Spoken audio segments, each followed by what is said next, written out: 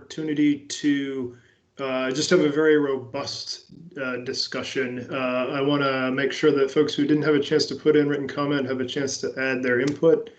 If stakeholders, that's the first thing. The second thing is if stakeholders have, in reviewing other parties' comments, want to expand or underscore on their written comments, they're welcome to do so. And then thirdly, I think we should just walk through where there are concerns so that we all understand them better, staff in particular, and also the utilities too. So it's just a bit of a feedback loop. Though it will be an organized and coherent meeting, there's a little less of an agenda on this workshop than there is in the past, and I hope for more of an organic discussion about what's been filed in the comments to date. So I hope everybody has an extra cup of coffee and is feeling chatty on Friday. Thanks, Shadia. That's all I wanted to say about Friday. Great. Thank you, Nick. Any questions from the audience for Nick? Shadia, Okay. I do have one other question. This may be entirely a Nick issue.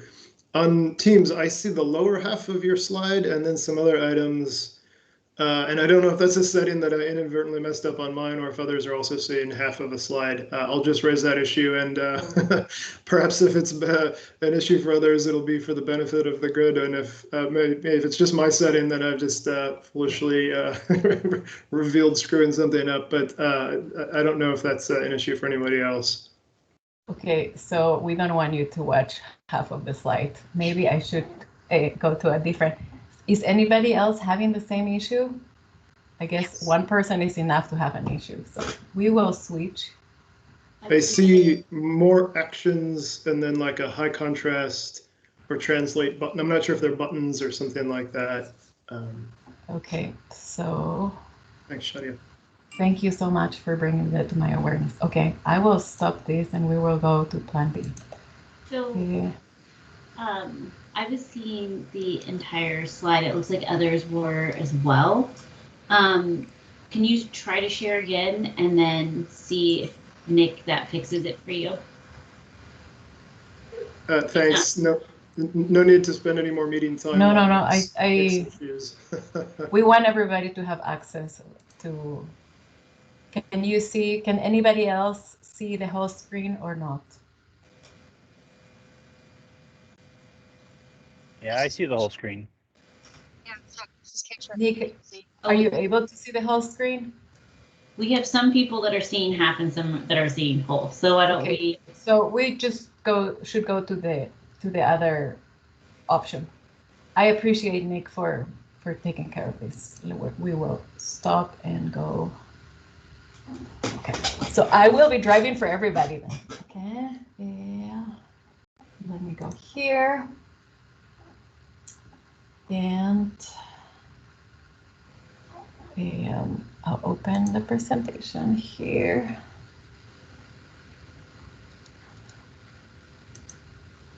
And so while Shadia is pulling that up, I will just say our next slide that we were going to present is around our mailing list, and we're trying to clean up our mailing list. We have, I think, 300 people who we send notice out to, but only about 40 people attend, maybe on any given time. So that first notice was sent out, and just make sure that you are opting into our mailing list if you're on the phone and you haven't been actively participating in terms of being on Teams, because Shadia tracks who comes to the meeting if your name is in Teams, but if you're on your phone, we may not always capture your participation. So please make sure that you're staying on the mailing list if you'd like to. Okay. Can everybody see the presentation? Okay, so hold on a second. Okay, sorry for that. Now changing here. That looks fine for Shadia, for me. That looks fine. And I think I saw a couple thumbs up too. Okay. Nick, is that better? Oh yeah, there's one from Nick. Okay.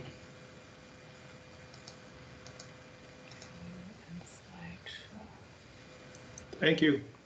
Okay, no, Thank you for bringing that to my awareness. Okay. Go to the next slide, maybe. Okay, so let me go to the next slide. Yeah. Jen, would you like to guide us through our operating agreements, please? Yeah, sure.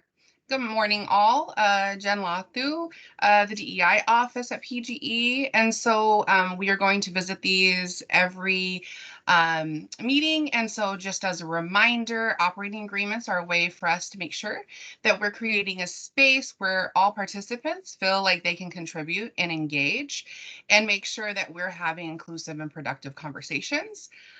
This is a common practice in community work, as well as in the workplace, and sometimes we refer to them as ground rules. Just to go quickly through these is stay engaged. We're asking folks to make a personal commitment to not check out and to continue on, even if conversation is conflicted with maybe your own perspective. That's when we ask you to practice curiosity and seek to listen and learn from different perspectives. Asking that we be okay and be willing to experience discomfort.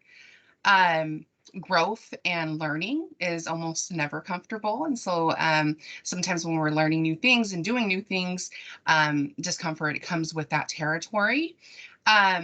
Asking folks to speak your truth and understanding that it is only yours, and that there are different perspectives and different folks have different truths. And to speak from your own experience. Expect and accept non-closure. This is a very DSP, and then just people planning in general. These are big things that we're doing. It's very much transformational work. And when we're dealing with people, we understand that there are things that we are not going to solve, and it is an ongoing commitment to the process. And so just recognizing that we're not always going to be met with solutions. And then finally, asking folks to share airtime. And that just looks like if you are one that likes to contribute and speak up first, just be mindful of when others aren't, and creating space to ensure that folks have an opportunity to do so. And if there aren't any questions or objections, I just ask that folks give me an emoji, a thumbs up, agree to abide by the operating agreements, and just to be transparent. If open conversation is in any way is in conflict with those agreements, we will point back to them. And that's something that we plan to do throughout any of our public workshops to ensure that we have an inclusive space. I'm seeing thumbs up. Okay, and then I think the other thing I would say here, just as we move on, if ever there is something on this agreement slide or that folks want to add to, especially folks who are, joining these meetings pretty regularly, or even if you're joining one, send us an email at dsp@pgn and let us know if there are other agreements that we should be thinking about or adding, and we're happy to accommodate and make sure that we're being considerate of those. All right, thanks. I'm going to hand it back to you. Thank you, Jen. Yeah. And with no further ado, Angela, you can start. I requested control of the slides. Do you mind? Allow. There you go. Yeah, you got it. Okay, so let's see. Get these to work. Oh, okay. There. So I just quickly wanted to highlight some of the key things that came out of our DSP Part 1. We had the 5 strategic initiatives that tied to our goals and our vision of our DSP. And we covered this in November, where we went over what was in our DSP, what are some of the main takeaways, but just wanted to spend a couple minutes going over the main points again. So for our empowered communities, like I said last month, we're really in our infancy here. We're learning how to apply a human-centered planning approach to our work, and we've also developed our community engagement plan with CBOs. This is a starting point for us, and definitely a place where we are going to continue to focus in Part 2. We've put together all of our initiatives and core capabilities for modernizing the grid. So you'll see some of our work that we've done here around our IOC, our operations center, what we're doing on the virtual power plant, our work around ADMS and DERMS. So bringing transparency and discussing our maturity in that area. We started to bring forth a conversation around resilience and putting a focus on customer infrastructure as well as utility infrastructure, but also focusing on operational aspects of that work.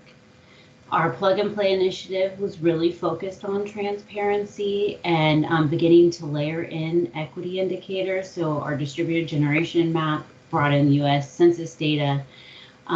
It also brought in the requirements through the DSP to put in PSPS.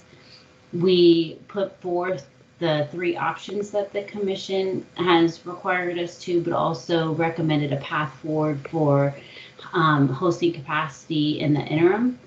And then we had a discussion on key regulatory and key regulatory activities and policy interactions and how they might interplay within the DSP.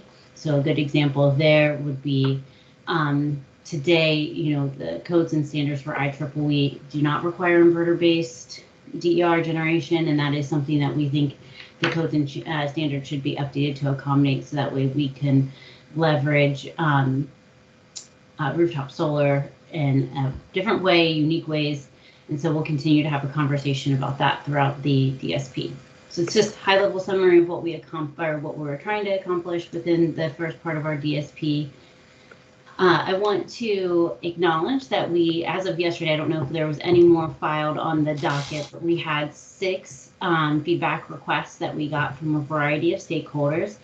I've reached out to everybody who submitted a written comment, and I will just be completely transparent and say that I think all of the comments that we got were really thoughtful and meaningful. We as a team have reviewed them, and we're actively working on how to address some of the feedback that we've heard.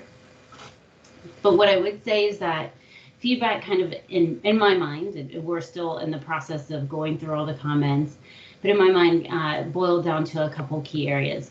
We really need to continue to grow in community engagement. We had a lot of feedback on areas where we can put action into place, where we can go beyond just showing our intent, but really putting together a plan that shows how we're going to take feedback from our community and incorporate it into our work, but also how we can let the community be a critical part of our work. So there's I think a big opportunity for us to spend some time in DSP Part 2 around that.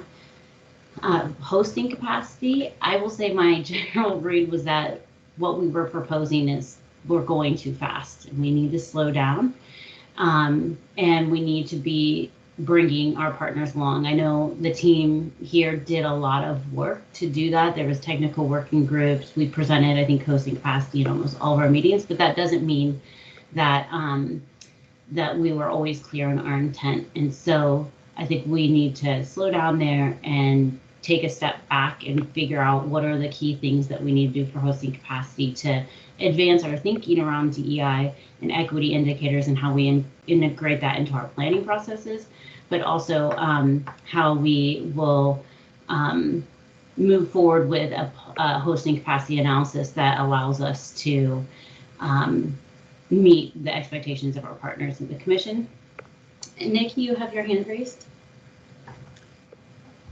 Angela, please, I don't want to interrupt. When you went at the end of the slide, I'll just add one thing. I'm sorry for interrupting. Please continue.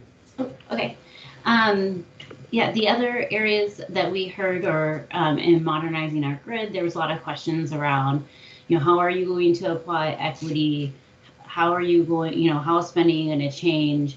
How are you going to accommodate EV adoption? Lots of discussion on cost effectiveness, and I would even say in hosting capacity, just generally, like how are we going to deal with cost effectiveness for DERs? There were comments around coordinating between the IRP and the DSP, which we've already started to do that internally, and we'll do a better job of sharing out some of that work. There was some calls out on cybersecurity and resiliency to bring those to the forefront and to have a discussion and not let those, a continued discussion on those topics, not let those kind of drop into part 2 of our DSP.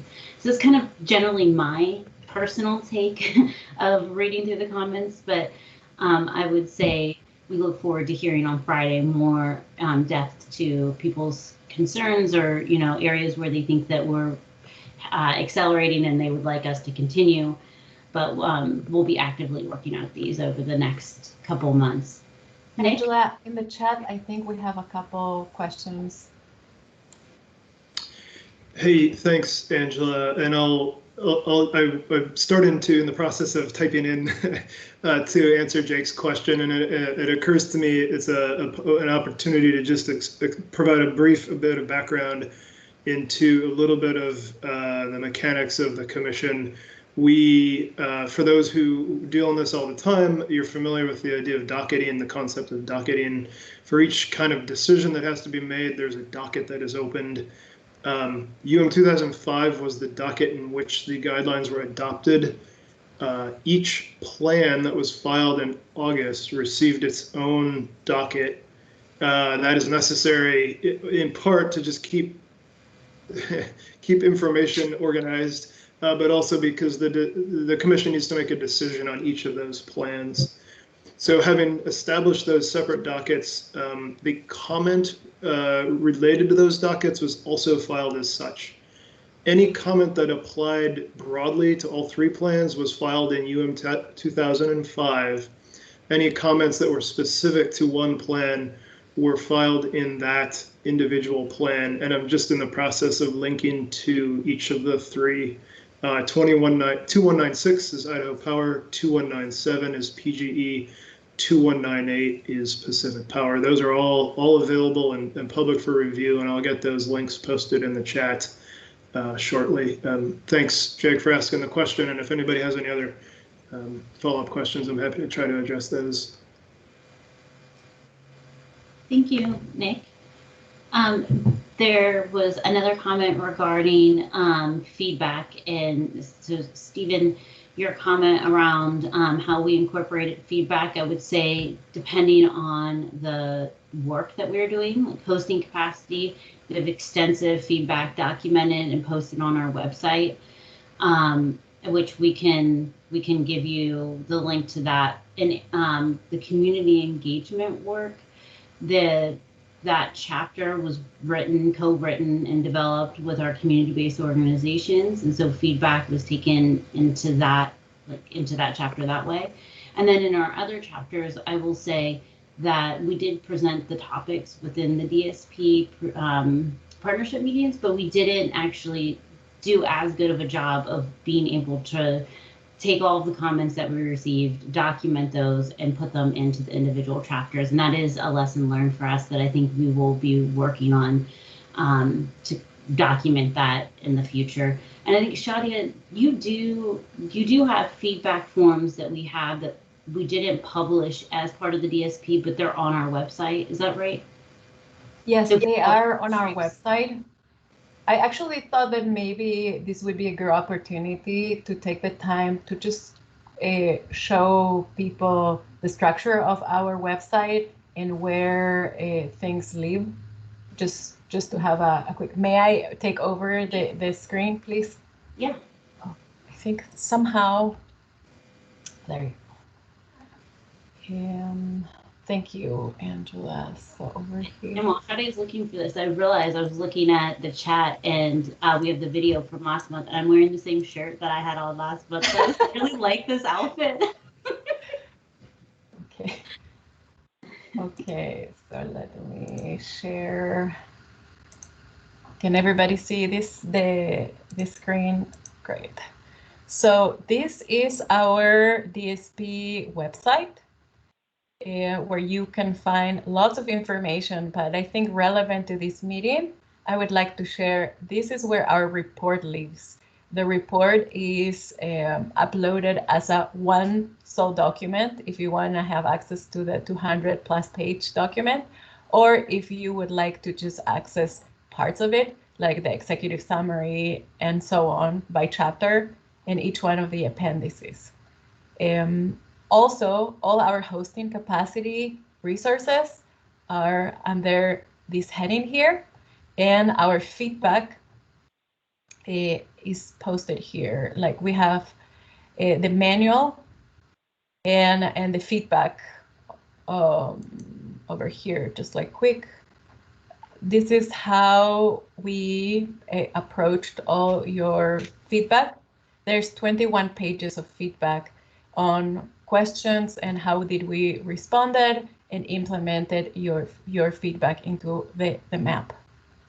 And also we have a guide on how to, it's like I think I've made it over 10 pages explaining how to use the map.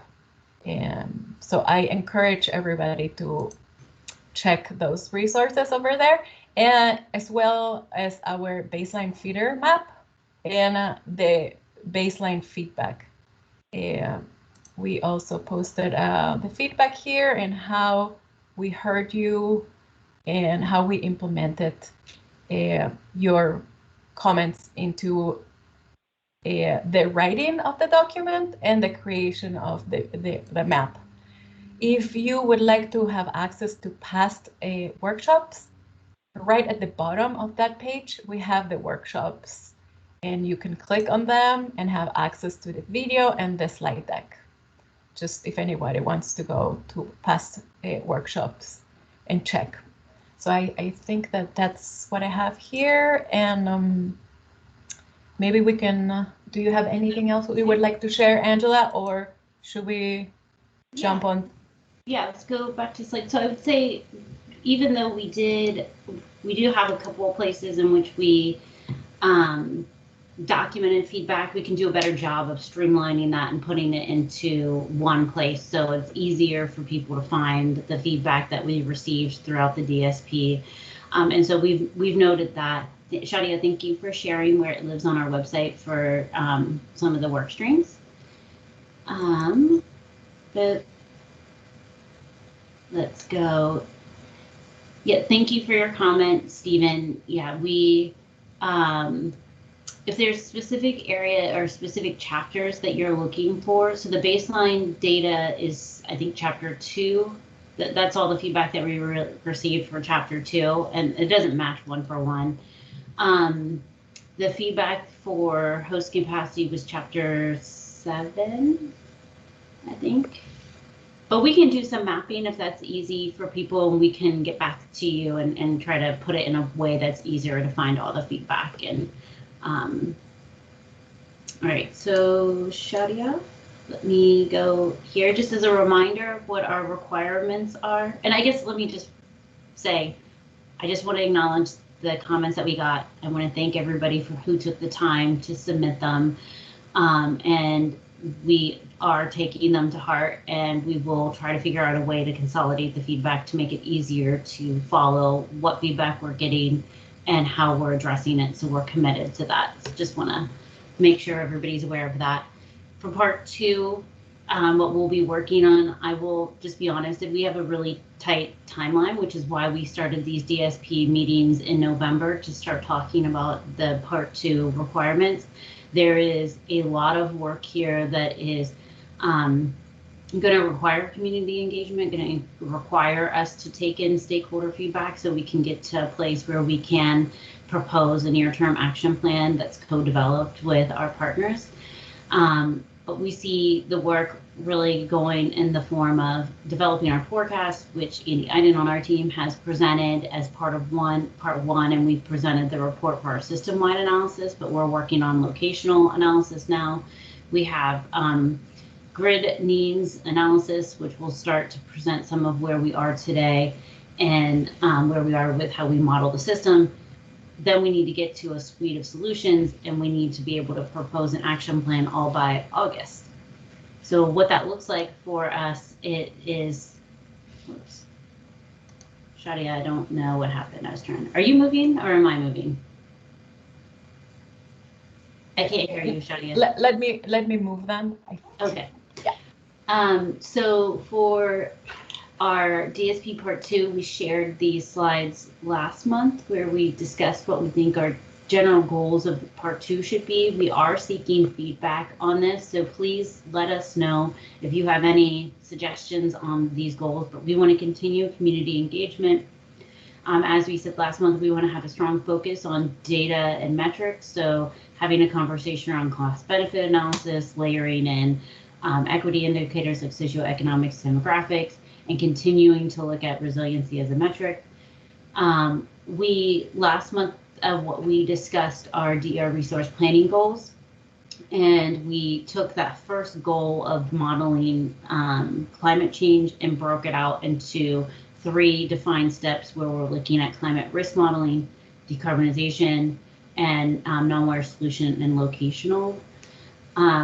Resource planning, we'll have more to share, and what our kind of initial thought of that is in January, so please stay tuned there. We're looking at DEI and equity, and then high impacts of adoption, and so that's our goal for our resource planning. And then ultimately, we hope to bring forth this meeting a suite of portfolios that, or suite of actions and investments that meet a variety of different scenarios, looking at cost-effective DERs, looking at a portfolio that supports environmental and social justice communities, looking at resiliency or outages, and then high DER adoption scenarios. So those are our goals for Part 2. Next slide. Our high-level timeline, just being completely transparent, we are in the planning stages now. We need to be able to put together what is our approach for the DSP Part 2 so we can start doing the analysis and writing the report. And so that work is happening right now. We will pull together January through May most of the modeling and the approach to how. Did you get? Okay, thanks, Shadia. We'll be putting together the analysis, our approach, and for each of the specific topics, January through May. Is a very tight timeline. We do recognize that we heard in Part 1 that to engage our stakeholders and our partners and communities that we needed at least 6 months. And so we want to be really transparent in that this is an accelerated timeline, and we understand that doesn't give us a lot of time to work with our partners. And so you'll see some dates that we're putting together to try to get as much engagement as we can leading up to us having to actually write the report and put together the report, which we'll do in the summer and then file in August. And I think that that's the end of my slides, so kick it over to Jennifer. Jennifer. Hello. Our next presenter is Jennifer Galloway. She is the distribution planning manager, and she will guide us through our current process as how we plan distribution. Yes, good morning. Like Shadia said, my name is Jennifer Galloway. I'm the manager of distribution planning. It's a cross-training role, actually. I've been the manager of transmission planning for a few years. I'm cross-training in this role while Derek Harris, who previously presented our distribution planning process, is cross-training in our distribution operations engineering function. And so some of this will be review for some of you, but we're going to still walk through our current distribution planning process today. So our objective is ultimately that we want to provide transparency into our current distribution system planning process, and then work with you guys to explore our planning process and determine where we can enhance. Maybe we just need to make a few little tweaks, or maybe improve. Maybe there's some bigger tweaks that we need to make. Obviously, there's some new things that'll be coming, and we'll talk about that with the future planning process. But ultimately, we want transparency, and we want to hear from you. This is the distribution planning team. We have 7 engineers on the team. All of them are responsible for certain regions within PGE service territory, and all of them will be working on pieces of the overall DSP plan. So this is our PGE service territory. It's about 1.9 million people that we serve, 4,000 square miles, about 900,000 customers. And these numbers probably look familiar because they were in our DSP Part 1 file. essentially our service territory to the north, we have some up to St. Helens, a little bit of service territory in St. Helens. But we're up in Northwest Portland, and then to the west, we'll go out to the Gales Creek area. To the southwest, we're at Grand Ronde. To the south, we are in the Turner area, which is a little south of Salem. And then to the east, we go to the Mount Hood. Big equipment, 153 substations, 270 power transformers, and 695 feeders. Those are distribution lines that are used to distribute power to customers. Our net system peak load, we used to have an all-time winter peak was 4,073 megawatts, and that used to be our all-time system peak load.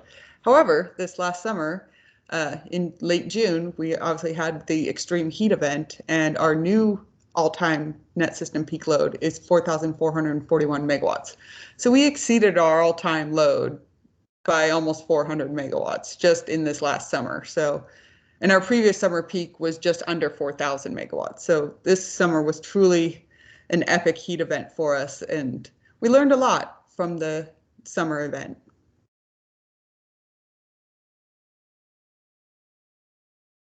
So this is a high-level overview of the grid. Oh, it looks like there might be a question. Looking at the difference between population and customers. When PGE talks about customers, does that equal meters or billing accounts? I believe it is meters, but I am not entirely positive on that. If someone else from PGE knows for sure. I think it's rather than, this is Andy Iden, rather than a meter, I believe that count, Jenny, is more the service point, which is not a perfect approximation for how many sites or buildings there are. You know, it's kind of squishy when you get, especially on the commercial side of the equation, but so it's not meters, it's more like unique service points, is my guess. Yeah, and Andy's right. It does get squishy on the commercial industrial side because there might be multiple service points grouped into one meter. Okay.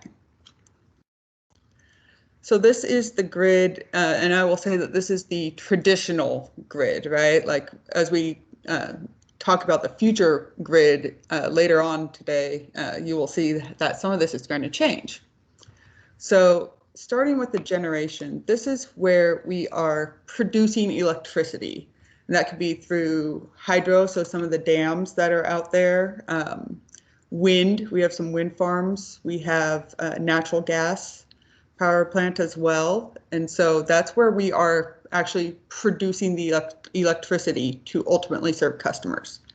Then transmission lines take that electricity that is produced, and we will transport it from the generation to the distribution system. And that's at a higher voltage than what an end user can ultimately receive it at, right? So we're talking, you know, we have transmission lines up to 500,000 volts.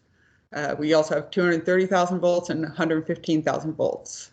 So these transmission lines are significantly higher than what, like the voltage that comes into your home today. You know, we have 120 volt outlets, and we're talking, you know, at a minimum like 115,000 volts.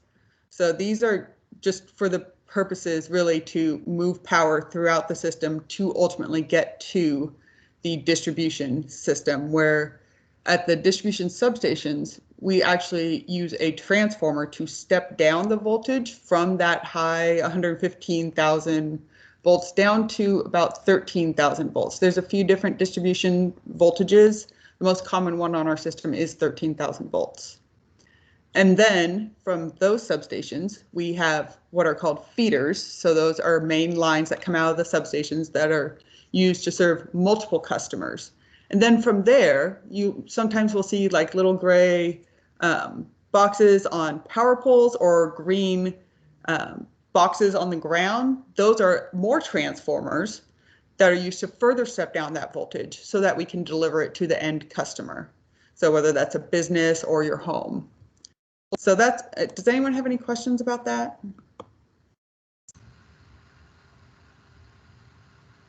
Okay, I think, oh. There's something one. popped up. Yeah, it does look like a Wi-Fi connection. You know, we do need to have communications throughout the entire system. That's part of our system. It's a big part of our system is communications. Our transmission in particular, we have very strict standards from the National Electric American Reliability Coordination Council that we have to meet certain standards to adequately protect our system. We have to make sure that lines don't trip out of service when they don't need to, so that we aren't causing reliability issues, because ultimately reliability issues on the transmission system could cause problems on the distribution system. But in order for our system to adequately protect those lines, we need communications for that. And the same thing happens on the distribution side. We need communications to adequately protect the lines from doing what we want them to do versus not what we want them to do. Network, radio, 5G. So we use some fiber. We also use some lease line. We also have some microwave systems.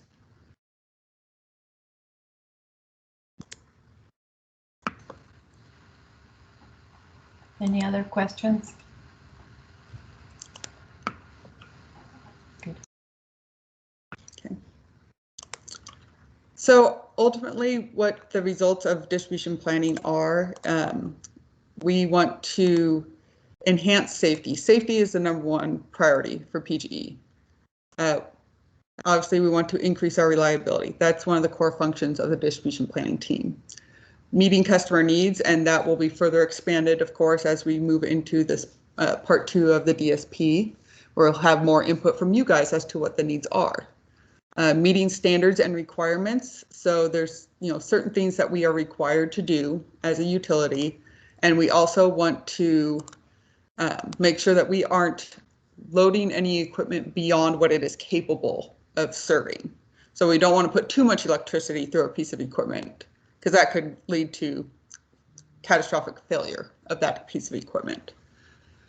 Recommending best solutions. So it could be that there's a variety of different solutions, and we have to figure out which is the best solution ultimately to mitigate a problem.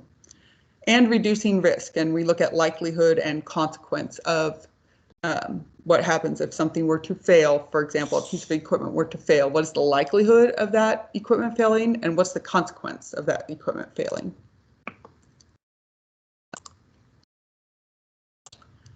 So this is the 7 steps of the current planning process, and we'll walk through each one in detail.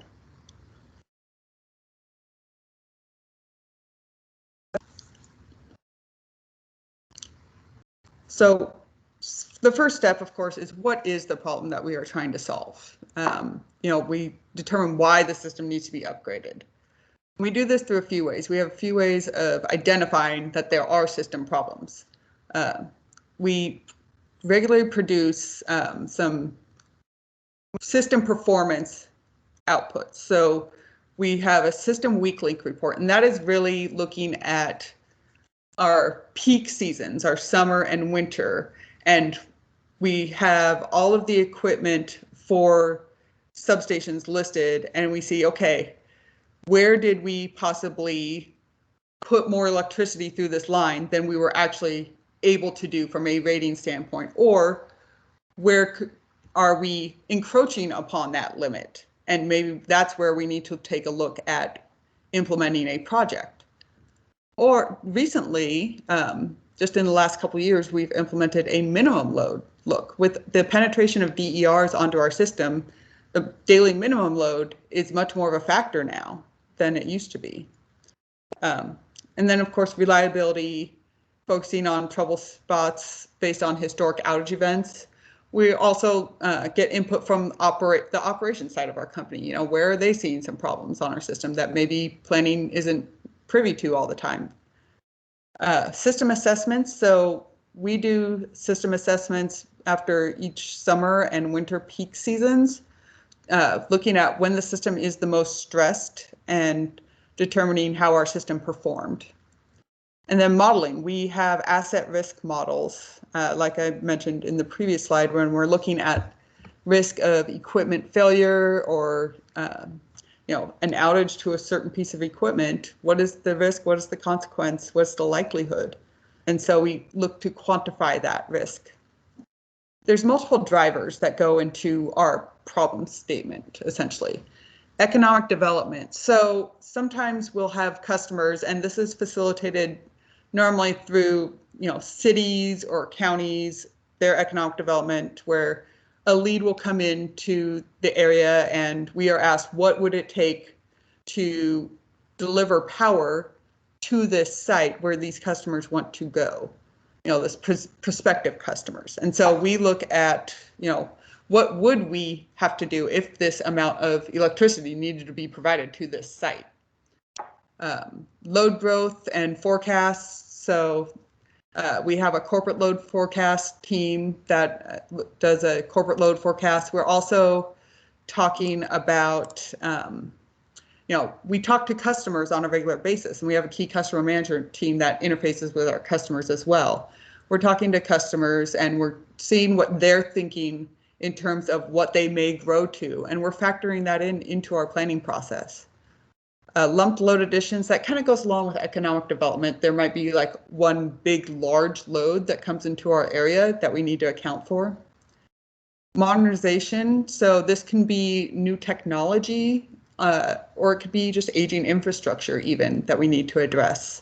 And that we work a lot with our asset team, our asset management planning team on things like modernization and the substandard equipment projects.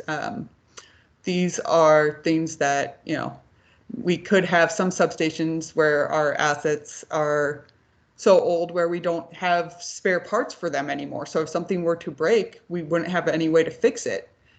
Some equipment just, the manufacturers phase them out and we don't have any support for if something breaks. And so we need to take a look at those and address that equipment. Policy regulatory requirements sometimes come into play as well. And I'm sure with the DSP Part 2, this will become even more of a factor. Safety, like I said before, is #1 on PGE's list.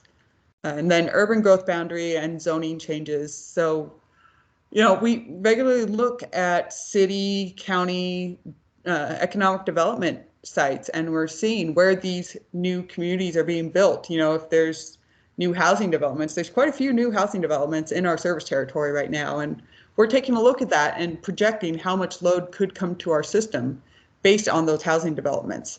Zoning changes, if something were to change from, rural to industrial zoning, that makes a big difference in our load forecast that we would need to do for that area. And so that's just an example of some of the drivers that we look at for when we're determining what the problem statement is.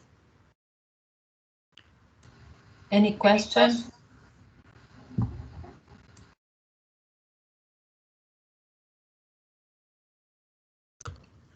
Let's see. Okay. All right. So then we look at where's the problem located. So we put some bounds around the problem area. So we might have, for example, in a distribution substation, we have transformers, like I mentioned, that step down that voltage from the transmission system down to 13,000 volts to ultimately carry it out from that substation to get to the homes and businesses. So if we see that that substation transformer is encroaching upon its capabilities, we say, okay, what area really impacts that transformer loading? So that could be 1 or 2 substations away from the substation that we're looking at, because we have what we call feeder ties between the distribution lines that come out of each of these substations, and they'll tie to other substations. And so we try and get a broad enough area where we can see if we can move some of the customer load around to different substations to see if we can mitigate the problem. So we're reviewing those geographic boundaries, the affected customers of the problem, if there's any contractual obligations. So sometimes we have customers that sign up for what we call alternate service contracts, where if their primary service is out of service, they have reserved capacity on a different line that we can use to serve their load. And then we look at our contingency analyses. So we're generally looking at a loss of a single element on the system, so loss of a substation transformer or loss of one of those main distribution feeder lines, the 13,000 volt lines, and making sure that we can still serve all customers if one of those contingencies were to occur. Looking at our forecast, so we, like I said, we use a corporate load forecast, but we also take input from those conversations that we have with the key customer managers and the customers as to what they think they're going to grow to, so that we can account for that. Load profiles, so, you know, the system's changing. In the past, I did distribution planning many years ago, and we never looked at an off-peak type of scenario because we didn't have DERs back then. But now we need to look at more of a 8760, so every day of the year, every hour of the year type of scenario. And it's not necessarily that we're looking at that, you know, for every single study, but we need to look at various different load profiles. We need to look at what happens during the summer, what happens during the winter, what happens during like a minimum loading scenario. And then setting up the models can take some time. We just have to make sure that we get all of that put together and have a good model in place before we run any analysis.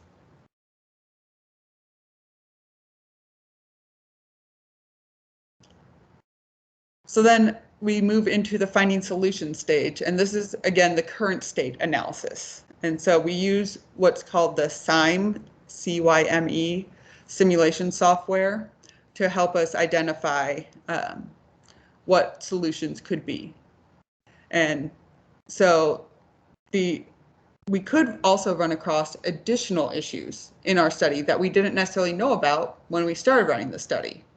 So that could be, you know, what we see here, conductor loading violations. So that's if the line has too much electricity flowing through it when we're in just like a space scenario, or if there is like I said, we're running contingencies, which is basically outages on the system. We take one line out of service. If another line, as a result, has too much electricity flowing through it, that's what we consider to be a violation. You know, load balancing, we try and keep our load as balanced as possible. There's some protection related issues that could come up. We have to coordinate throughout the distribution line and make sure that this system is fully protected. And voltage as well. Like we could have a situation where you might end up with low voltage to the customers, and we certainly don't want to do that. So we have to look at all of these things. So traditionally, and this is how it was done back when I was doing distribution planning, we were planning to the peak, so winter or summer peak. Everything when I was doing it was wired solutions. So reliability-based solutions, we did not look necessarily at emissions because we were looking at the traditional substation or building a line, etc. You know, things that we would look at, reconductors, so that's basically replacing a smaller line with a bigger line that would have the ability to put more electricity through it. Looking at our distribution substations, there might be room for another transformer in there, or we might need a whole new substation. And then voltage regulators is another option that we would look at traditionally. Non-traditional, which we're starting to incorporate more and more of this into our analysis, and we certainly will as we're moving forward with DSP Part 2. Planning to cycles, like I said, we never really looked at off-peak before, but now we are. Non-wire solutions, of course, is a big thing that we are looking at right now, and there'll be more about that a little later. Flexibility, operations flexibility, we want to make sure that we are delivering a system that we planned that is able to be operated efficiently. We don't want to put our operations team in a bad situation. Net zero emission targets, that's a big thing for PGE. Some more complex analysis too for non-traditional solutions. So automation, that can be something where we have devices out on these distribution feeder lines, these 13,000 volt lines, where if there's an outage on one line, it will automatically switch over to this other line so we can move the customers from one line to another without a sustained outage to those customers. Demand response, so that can be like our thermostat programs that we have. Sometimes we'll call a peak day event for where your thermostat might get moved up a couple degrees, like during the summer. We called a few of those. Inverter-based technology, so energy storage is a thing that we are exploring more and more on our system, and we have a whole team stood up to look at energy storage and how we can apply it to our system. And microgrids, so that would be something where if the traditional utility source were to come offline, we could still power that part of the system. I think there's a question. Okay, curious about an element of forecasting analysis. You mentioned changes in zoning from rural to residential. Have you also looked at zoning density changes statewide and in Portland? For example, how our residential infill project zoning change where all properties can have multiple accessory dwelling units might impact local load. Yeah, and I should have mentioned that. That's a great point. We're looking at any zoning changes, not necessarily just rural to residential. We're looking at, you know, the type of change, you know, type of home change that could happen in a certain area, like residential infill, multiple accessory dwelling units. We also look at what kind of residential load is coming to that area. You know, what size of homes they are. Are they apartments? Are they townhomes? You know, are they really big homes? Are they smaller homes? And so we look at all of that. And yes, I should have called that out before. Yeah, we do look at things like residential infill project zoning changes. Does automation encompass how behind the meter assets are syncing and sourcing with the feeder?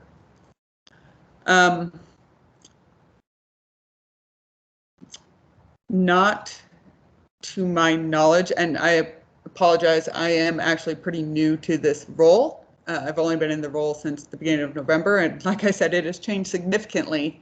But I do not think that right now the automation that I described does not do that. Derek Harris, you're on the call. Do you know if we're doing anything, or Darren Murtaugh? I know there's some things that are being explored in this area.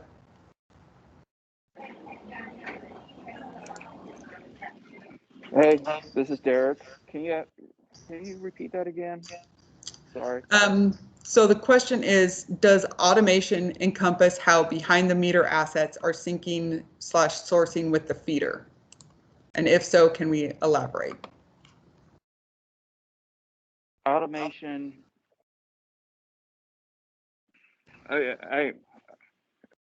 Yeah, whoever wrote that question, can they reword it? Because I'm not sure if I fully understand it. So it's essentially like I described, you know, our distribution automation team, and, you know, what the question is does the term automation include how behind the meter assets are syncing with the feeder? The terms that we used, automation, is more on not entirely talking about the customer. We're really just thinking more along the lines of the summation of customers in certain sections or switchable sections along the feeder. So that means that, and we have some certain criteria when it comes to that, and then we do switching based off of whatever scenario may occur that will allow the, I guess, maximum number of customers to remain in service during an event that may be like a outage type event in a certain section. So it's more of a way to isolate a certain section and also keep the maximum number of customers in service while that section is being isolated automatically. So automation behind the meter, I haven't as far as exploring that at this point. It'd be good to probably have a conversation with that person that asked the question, so that we could fully, because I still would like to understand more context when it comes to that. So this is Angela Long. I just want to remind the audience that this is our current process, and we are looking to advance this process. So this is how we automate the system today for our utility equipment, owned equipment. And then I think, Derek, where you're going is we are looking at how we can get to the meter and behind the meter.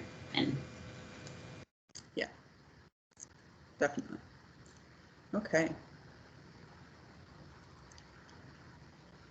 So step 4, what are the limitations to the solution? So we first, we have to make sure that they solve the problem that we first identified, right? We can't just put together, a partial solution necessarily. We also want to make sure that we are satisfying any additional issues that may arise during the finding of the solutions. And this, again, is the current state analysis. Want to make sure that our solution meets customer and community needs. And of course, this will, like I've said, it will be expanding significantly in the DSP because we'll be getting more input from the community before these kind of analyses are complete. Regulatory and compliance guidelines, of course, always need to be met. Do they meet the system needs under our normal conditions or contingent conditions? That means like what I was talking about, what Derek referred to, it's an outage or the loss of one line, not exceeding the amount of electricity that can be put through a different line. Are the solutions optimal and are they constructible? This is a big thing because, these projects take a lot of time sometimes to build. And what we cannot do and will not do is take customers out of service for months to build them. And so we have to come up with creative ways to be able to construct these projects while keeping these customers in service. And is the duration of the option valid? Ideally, what we would like to do is when we propose a solution to a problem, we want to implement that solution and not have to go back to that area for at least 10 years. That would be ideal. Obviously, sometimes certain areas of the system, things change rapidly, and we have to continue going back there a few times. The North Hillsborough area, for example, there's a lot of industrial load growth out there, and so we had to do a lot of different projects in that area quickly. Things change quickly sometimes. But ultimately, our goal would be, if we go into an area and we implement a solution, we want to have a solution that is robust enough that we don't have to go back there for 10 years.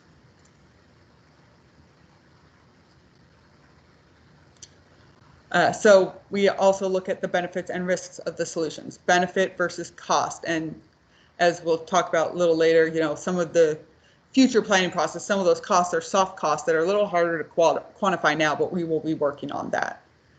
Risk reduction on assets and non-asset risk. Looking at savings, can we get any savings? Sometimes if we were to, for example, put better telemetry into a substation where we have remote visibility, better remote visibility from like our system control center to that substation. We don't have to send a PGE person to that substation every time we need to see what's happening there. Improving our resiliency. We have a whole resilience effort stood up at PGE, which I'm sure we talked about a little bit in the DSP part 1, and we can elaborate more on as well. And reducing outage duration and frequency, of course. We certainly do not want to put it together any solution that doesn't do that. Angela, we have Jennifer, we have a question from Angela on the chat. Does savings on this slide mean savings for PGE or savings for the customer? We look a lot at savings for PGE. We take into consideration, of course, what is the most cost-effective solution so that we aren't impacting customer rates too heavily. Derek, do you want to say anything more about this piece?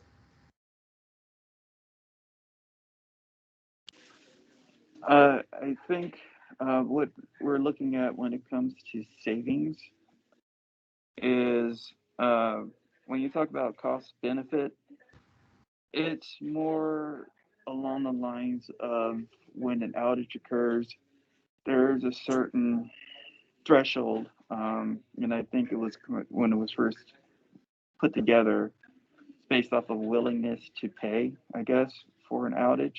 And so when that savings occurs, or when we are, let's say, we're reducing risk, which means that we are reducing like a consequence, that does in effect provide a certain type of savings for the customer as well, because, and that's really inherent. For instance, we are reducing the number of outages to a fat plant, for instance, in which their processes then are they shut down to set up. They're reducing the number of instances where they have to go back and reset all their drives or whatever. And so there's a inherent savings there. And so that's what we're looking or trying to quantify when it comes to that part of it. Hopefully that answers the question.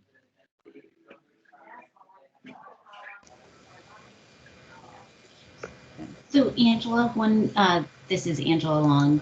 We, in the existing distribution planning process, we look at savings through the projects that we have today. This is our current process, and the work that my team will be focused on is looking at the costs and the benefits for society and customers and the environment. And so we're doing some work on that right now and trying to get that work compiled for January. So we'll have a deeper conversation around potential savings. But just want to iterate something Jennifer said early on, is that it's savings, utility savings, but that savings also gets passed on to our customers in terms of not increasing rates. So, but we do recognize that there are other customer benefits that we need to quantify and that we'll be working on. Yeah. Okay. And then, are there additional impacts to the solutions? So we need to look at community impacts, customer impacts, environmental impacts can come into play. You know, when we're looking at building a new, distribution feeder line, we have to make sure that we're not putting the environment at risk in terms of going through like a wetland or something like that. We want to make sure that we are routing things appropriately. Building a new substation or adding another distribution transformer to a substation. We add oil containment so that if something were to occur to our transformer, we don't have oil spilling all over the place. We look at, additional impacts include the complexities, like I mentioned, construction sequencing and, constructability. We have to sequence things a certain way so that we can keep all of our customers in service while we're doing this construction. Introduction of newer technologies. So, that can be new protection systems. It can be new remote monitoring capabilities. It could be new technology on like the substation transformers themselves to help us monitor the condition of those equipment. Portable equipment scheduling. So sometimes in order to keep our customers online, we have what we call portables or mobile substation transformers with the ability to basically bring them in on a truck into a substation, connect them within the substation so that we can move load over to be served from these portable devices while we're working on the existing devices in the substation. And any newer concepts or procedures that come up, obviously all of the stuff that we were talking about with their future planning state, all of that is going to come into play here. Safety, like I've mentioned a few times, #1 priority for us. Personnel and public, of course, is another impact. And that leads ultimately to step 7 and the final recommendations.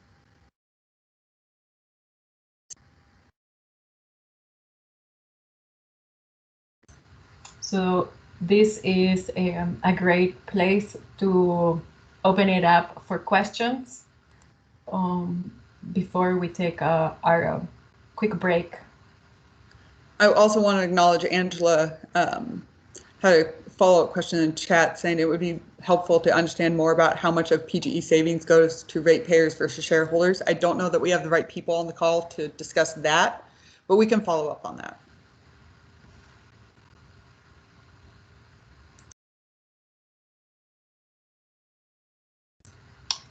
Nick, you have your hand up.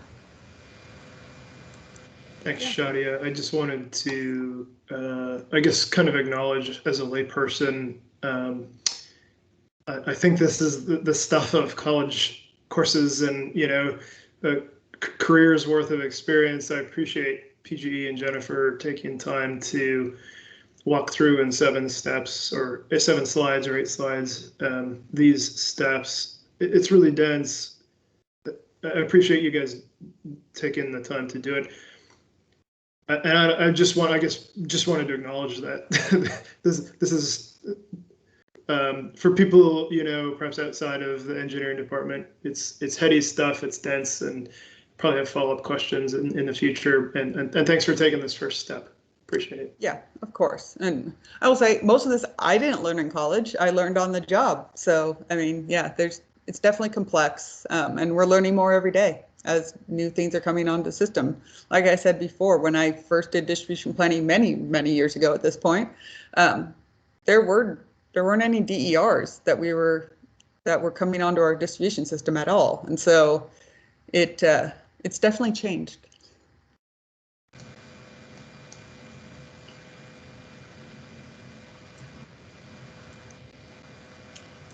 So real quick before, was someone gonna ask a question? Yeah, I don't know if you can hear me well. The headphones I have are not that great, but can you hear me? Yep, I can hear you. Okay, well, since we're having a conversation about how technical this is, I have a question that's completely coming from my layperson's perspective. But Jennifer, you said earlier that because of the increased presence of DERs, you're having to now think about minimum load more, and I don't know that this is necessarily pertinent to the conversation, but I'm very curious about why, if you don't mind. Thank you. Yeah, so it used to be that our distribution system, you know, electricity would flow one way, right, from our distribution substations out to the customers.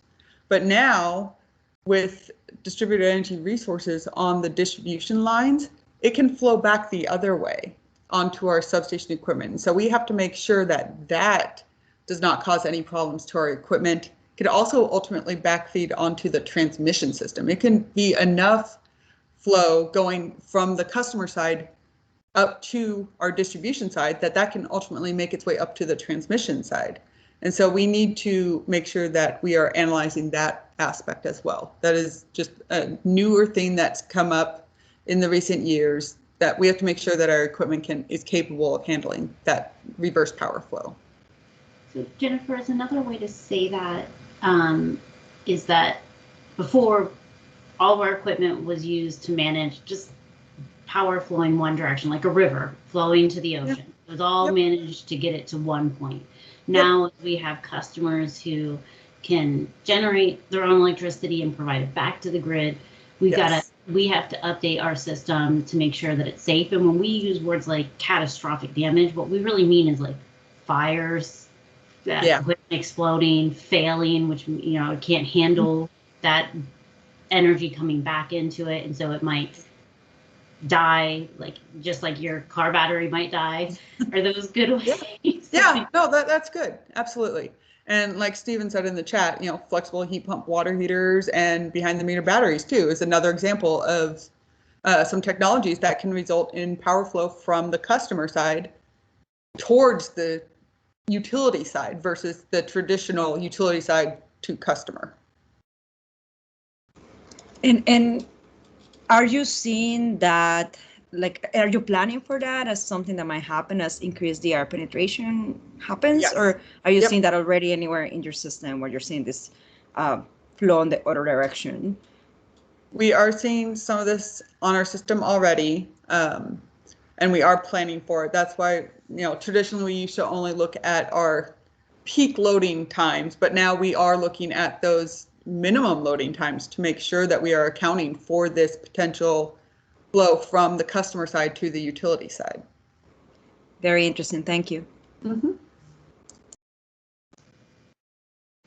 And I just want to acknowledge before we go to break, and that Nick, you are right. This is pretty technically heavy, and that's why one of the goals that we have for DSP Part 2 is to continue to work with partners to come, create content that is easier to understand. And we've, as a DRP team, have come up with some ideas, like possibly even engaging students to help explain what the DSP is and how you describe the electric system. And so those are ideas that we've been bouncing around that we're hoping to have a little bit more baked before we present. But if anybody has a child that they'd want to enroll in our our videos, we're seeking actors and actresses. I'm thinking of enrolling my niece, but her mother doesn't know that yet. It'll be interesting to get a child's take on this. I think that that'll be the real level of understanding that I have as well. Okay, so should we break now and come back at 10:30 then, Shadia? That sounds great. Let's give people a break and we will meet back at 10:30. Okay, thank you.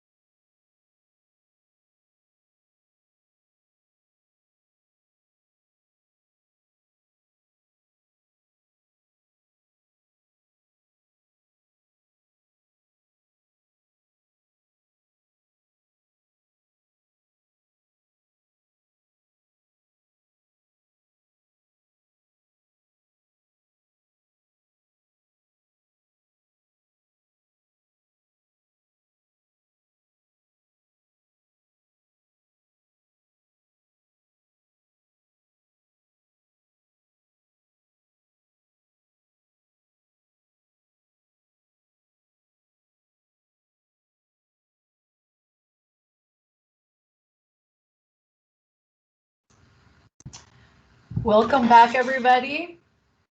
We're ready for the next part of our morning meeting.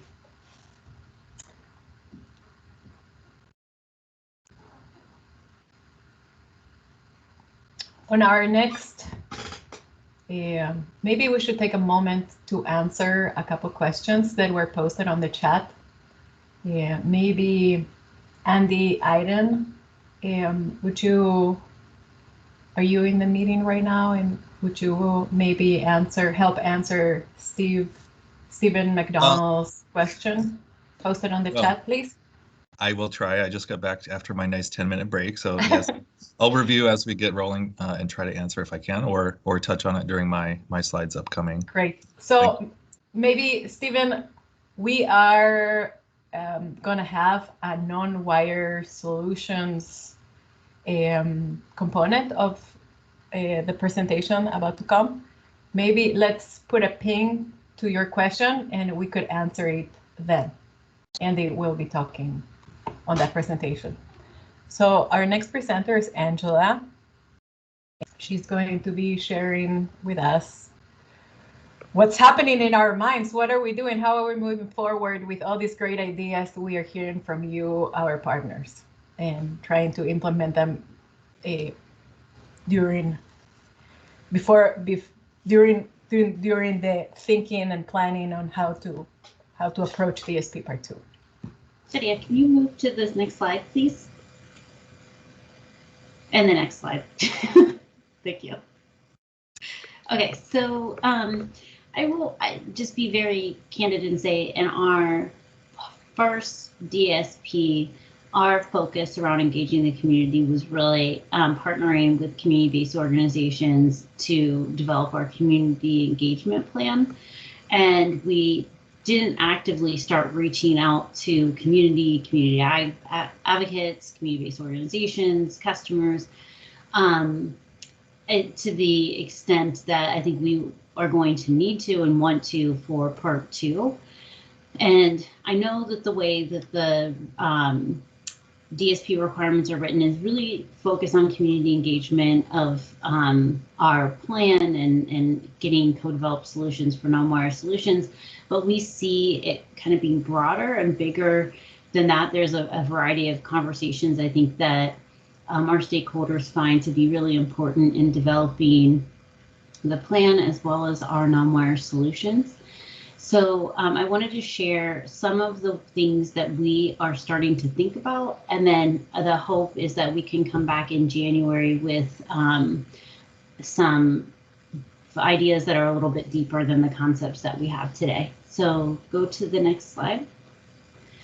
So first, I just want to acknowledge that the way that our DEI work has really come in the form of the DSP is we've been partnering with our DEI team. So Jen and Jake, who sit within our HR organization. And they've done a lot of work over the last couple months, just quite candidly basically we had our DSP partnership meeting in August. We recognized that it created some of the challenges and issues that came up in that meeting created an unsafe and toxic place for our community-based organizations and our community partners. And so as a result of that meeting, our DEI team has gone back and looked at how can we reorganize internally to really get embedded resources and resources that are dedicated to this work. So we will be hiring for what I'm loosely calling community engagement and DEI manager or coordinator. We're still trying to work out the details, but that will be posted fairly soon. We're still trying to determine if we can post one position or two, but we recognize that we need dedicated resources to this work. And that role will really focus on getting us even at like the basic things. How do you define community? How do you define equity? How do you create data and metrics around those definitions? What type of topics are really critical to our communities? Is it climate risk? Is it energy burden? Is it decarbonization? What are the topics that are going to be a priority for our customers and our communities? And then, that position will be working longer term with our community. So it's not, we're going to start the work as part 2, but we do see this as a longer term roadmap. In the interim, we recognize that there is a strong need to start considering things like climate change and equity in our DSP. We really want to make that a core of the work that we do for our part 2, especially as we come up with our action plan. So we're looking at engaging with third parties that can provide technical expertise on things like climate risk modeling. So we are talking to OSU and seeing if the university could help us do work there. We are considering updating our deep decarbonization study. And then we're also looking at, if you attended our meetings for part 1 around our adopter model or DER forecast, we're looking at integrating equity analysis and resiliency analysis into that model. And so we'll want to work with this team here to define what that is, and then how do we define priority locations within that analysis.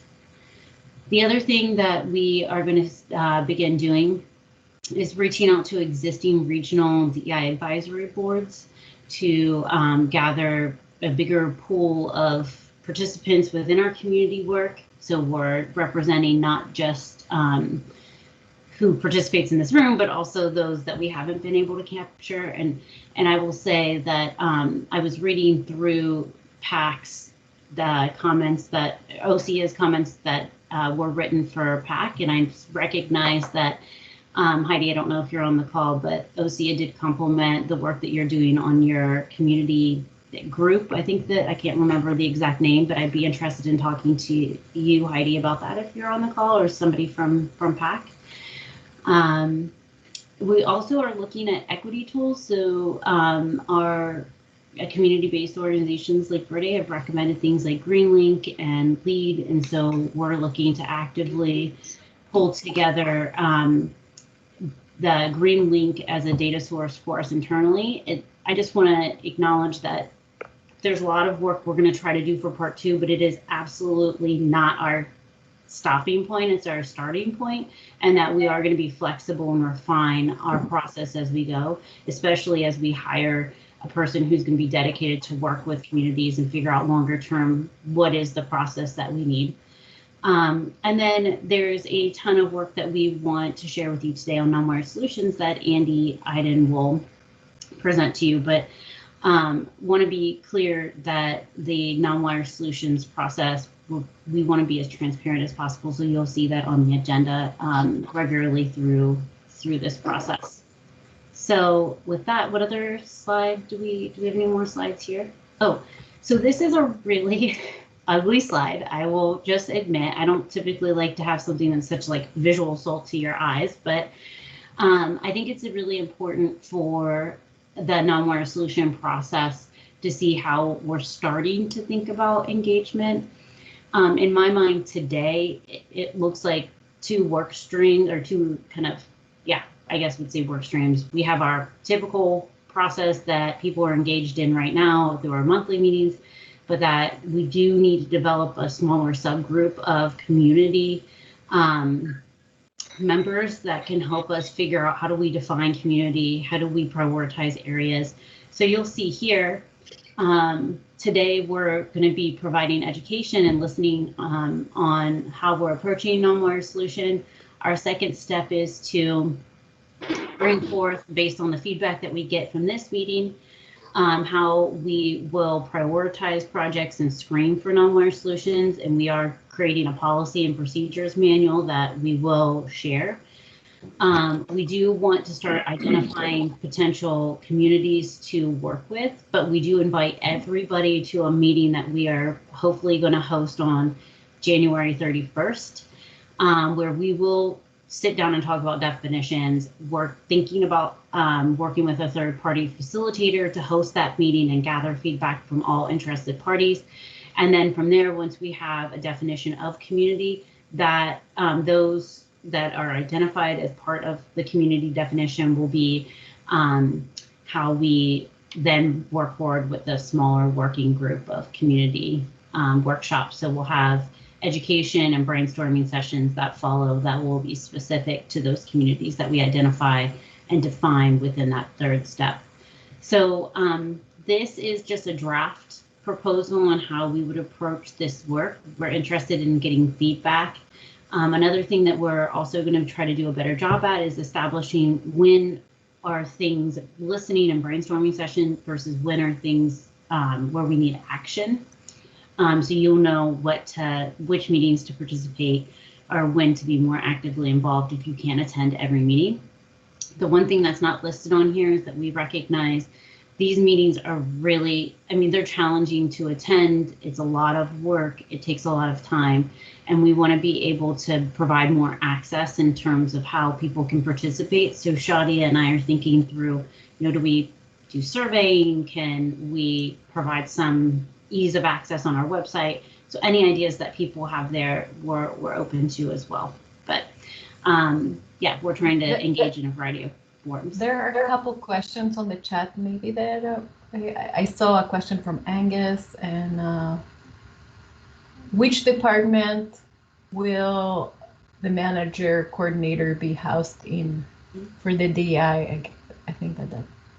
So I guess it's been a while since we shared our organizational chart. So the team that works through the DSP here, we're technically called the Distributed Resource Planning Team. That's the team that I manage, and Shadia's on, Andy Iden.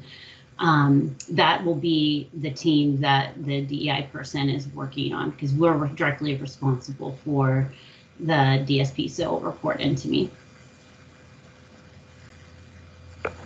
And then is that cool, Jake? Maybe. Yes, thanks. I was just wondering if they were going to be focused on the DSP or if that would be one of the tasks that they were doing, but that answers my question. Thank you.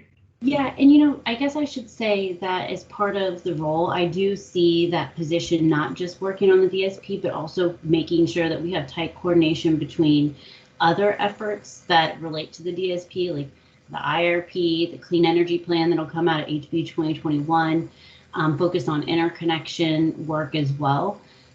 So that'll be a strong focus of that role. We have Jen has her hand up.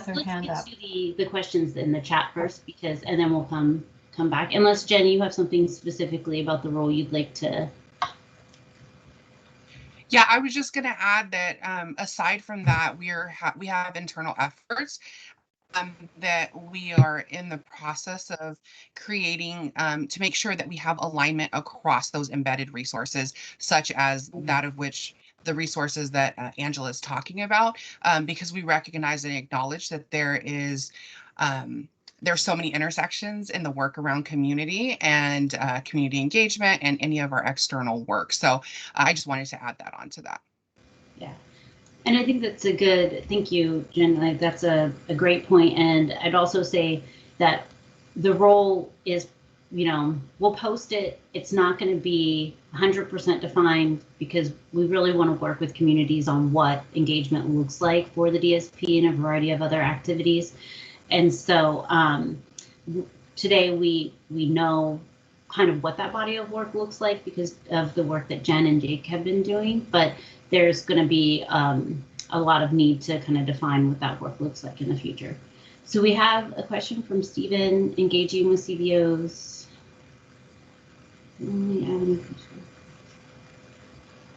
So Stephen, we're going to work on non-wire solution projects with all of our partners. But in terms of how we look at equity and how we look at DEI and community related issues, we will be working with experts in that field, so community advocates specifically. In terms of the technical components of the non-wire solutions, like what are the solutions, how do they get implemented, Andy's going to be covering those type of topics, and we'll continue to share them in this meeting. We have a question from Angela around cost effectiveness. Yes, so cost effectiveness, we are going to be engaging our subgroup for communities. We've started some work on identifying potential cost and benefits for cost effectiveness, which we'll share out And that looks at how should we potentially prioritize those types of costs and benefits, but we still need to work with communities to make sure that that is the right approach. So yes, Angela, we will continue. That will be a core focus for our work next year. I do want to point out that the non-wire solution projects that we will propose do not have to be cost effective. And so I don't think for the work that we'll be doing next year for non-wire solutions that, and Nick, you can correct me if I'm wrong, that's going to be something that the commission is going to require of us. I think it's pretty clear in the requirements that we can propose non-cost effective non-wire solutions. So we want to get agreement on the right suite of solutions, but longer term have a process on how they would be valued for our customers and for society at large.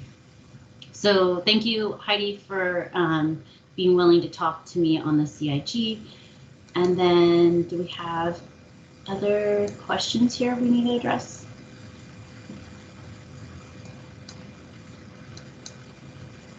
Okay. So we really are seeking feedback on this process. These are just a few initiatives that we have that we're starting to think about. Please feel free to reach out to me personally if you have any thoughts or questions on this, or if you know anybody who might be interested in one of the roles that we would be hiring for, please feel free to send them my way as well. That's my selfish plug. Back to you, Shadia. Thank you, Angela. Well, we will be calling to the podium to our next speaker, Andy Iden. He will be talking about what it seems like this room is really wanting to hear more about, our non-wire solutions. So please, Andy, share with us what you have.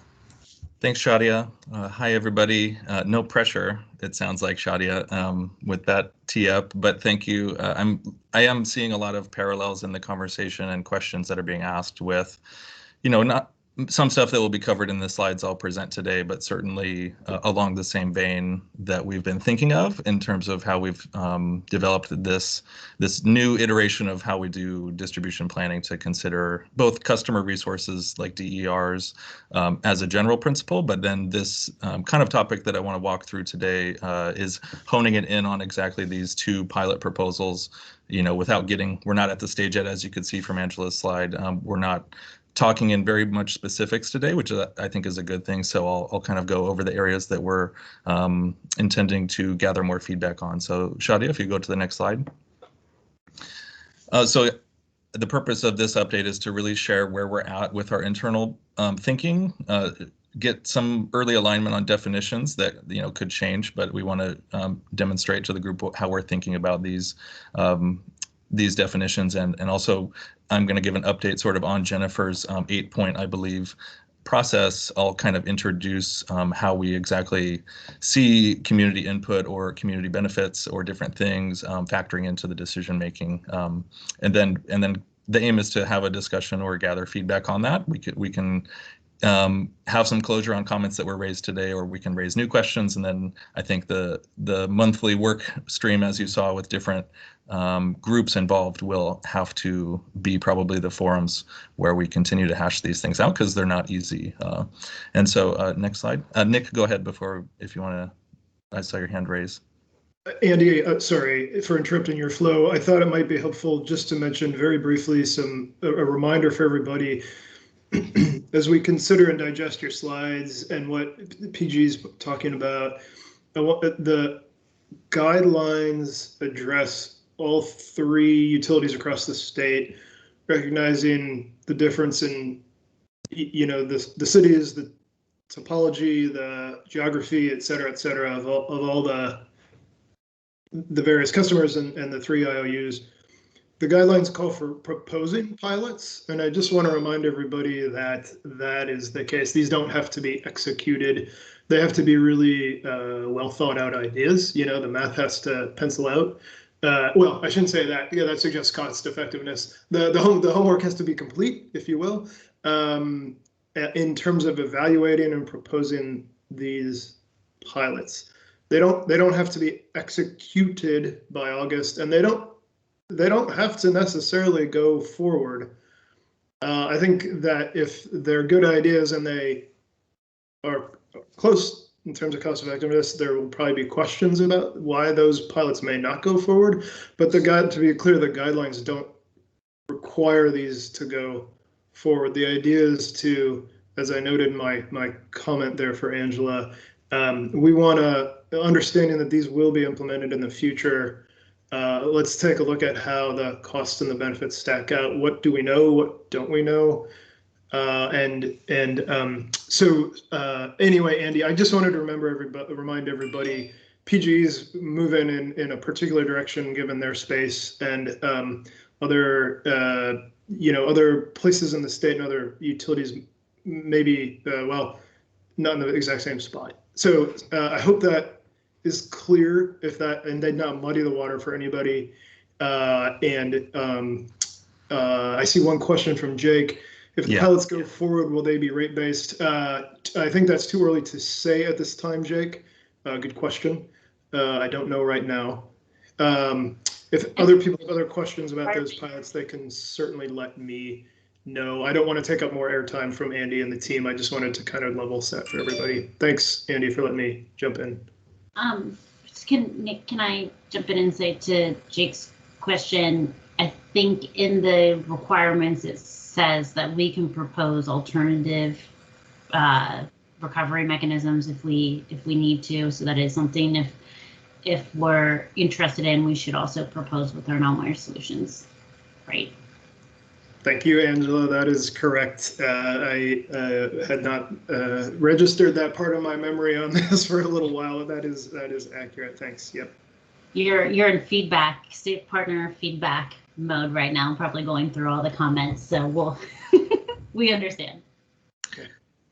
Yeah, thank you, Nick. And it's a good clarification just about how the utilities are going through this. And as a reminder, yes, we are in PGE's monthly partner workshop, so we're kind of focused obviously on what we presented in our part 1 of our plan, and then how we're taking steps to move towards part 2, which includes the pilots. I would say around the cost effectiveness thing, I think I'll have some slides, or I can touch on this later, but even though they're not required to be cost effective, I think to Nick's point, the guidelines call for sort of an accounting of all the costs and benefits, including areas of uncertainty or new things, which I think, as Jennifer mentioned, we have a robust and existing process for analyzing the risk and different benefits and costs of our traditional investments. And we look forward to, I think the intention of my slides today is really to open up the conversation more formally and just say, there's some new things that now we all need to tangle with. And so we're not looking to solve those today, but we do aim to start formalizing an idea about what additional benefits or costs or how to treat the risk proposed by these new non-wire solutions present. So next slide, Shadia. This is a repeat of Jennifer's slide, but just to add a little bit in there, it's a little kind of something hidden in the distribution portion of the graph. Apologies for being small. We did include this in our DSP, at least that little circular thing, but it's in a larger version. I don't know, Shadia, if you could zoom in on it or something, but it's really meant, it's in our filed report, basically a diagram showing the circular flow of sort of with more distributed generation and customer DERs that are interacting on the distribution network. So this slide was really just to say, let's orient us to where the action is happening, so to speak. And so with respect to the DSP and non-wire solutions, so it's kind of getting ourselves to think differently about how to incorporate customer and behind the meter assets into grid planning. So going forward to the next slide, Shadia. So a definition that we offer, this is not set in stone. So just to orient people around what do we mean by non-wire solutions.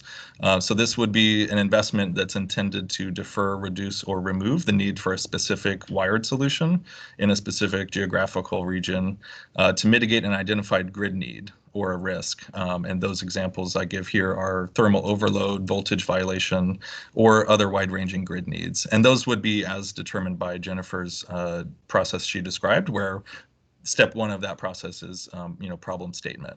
And so then the non-wire solution would come in as a specific investment that's not using a traditional wired approach. Although, blurred on the edges, obviously some of these customer solutions or non-wire solutions still have wires in them.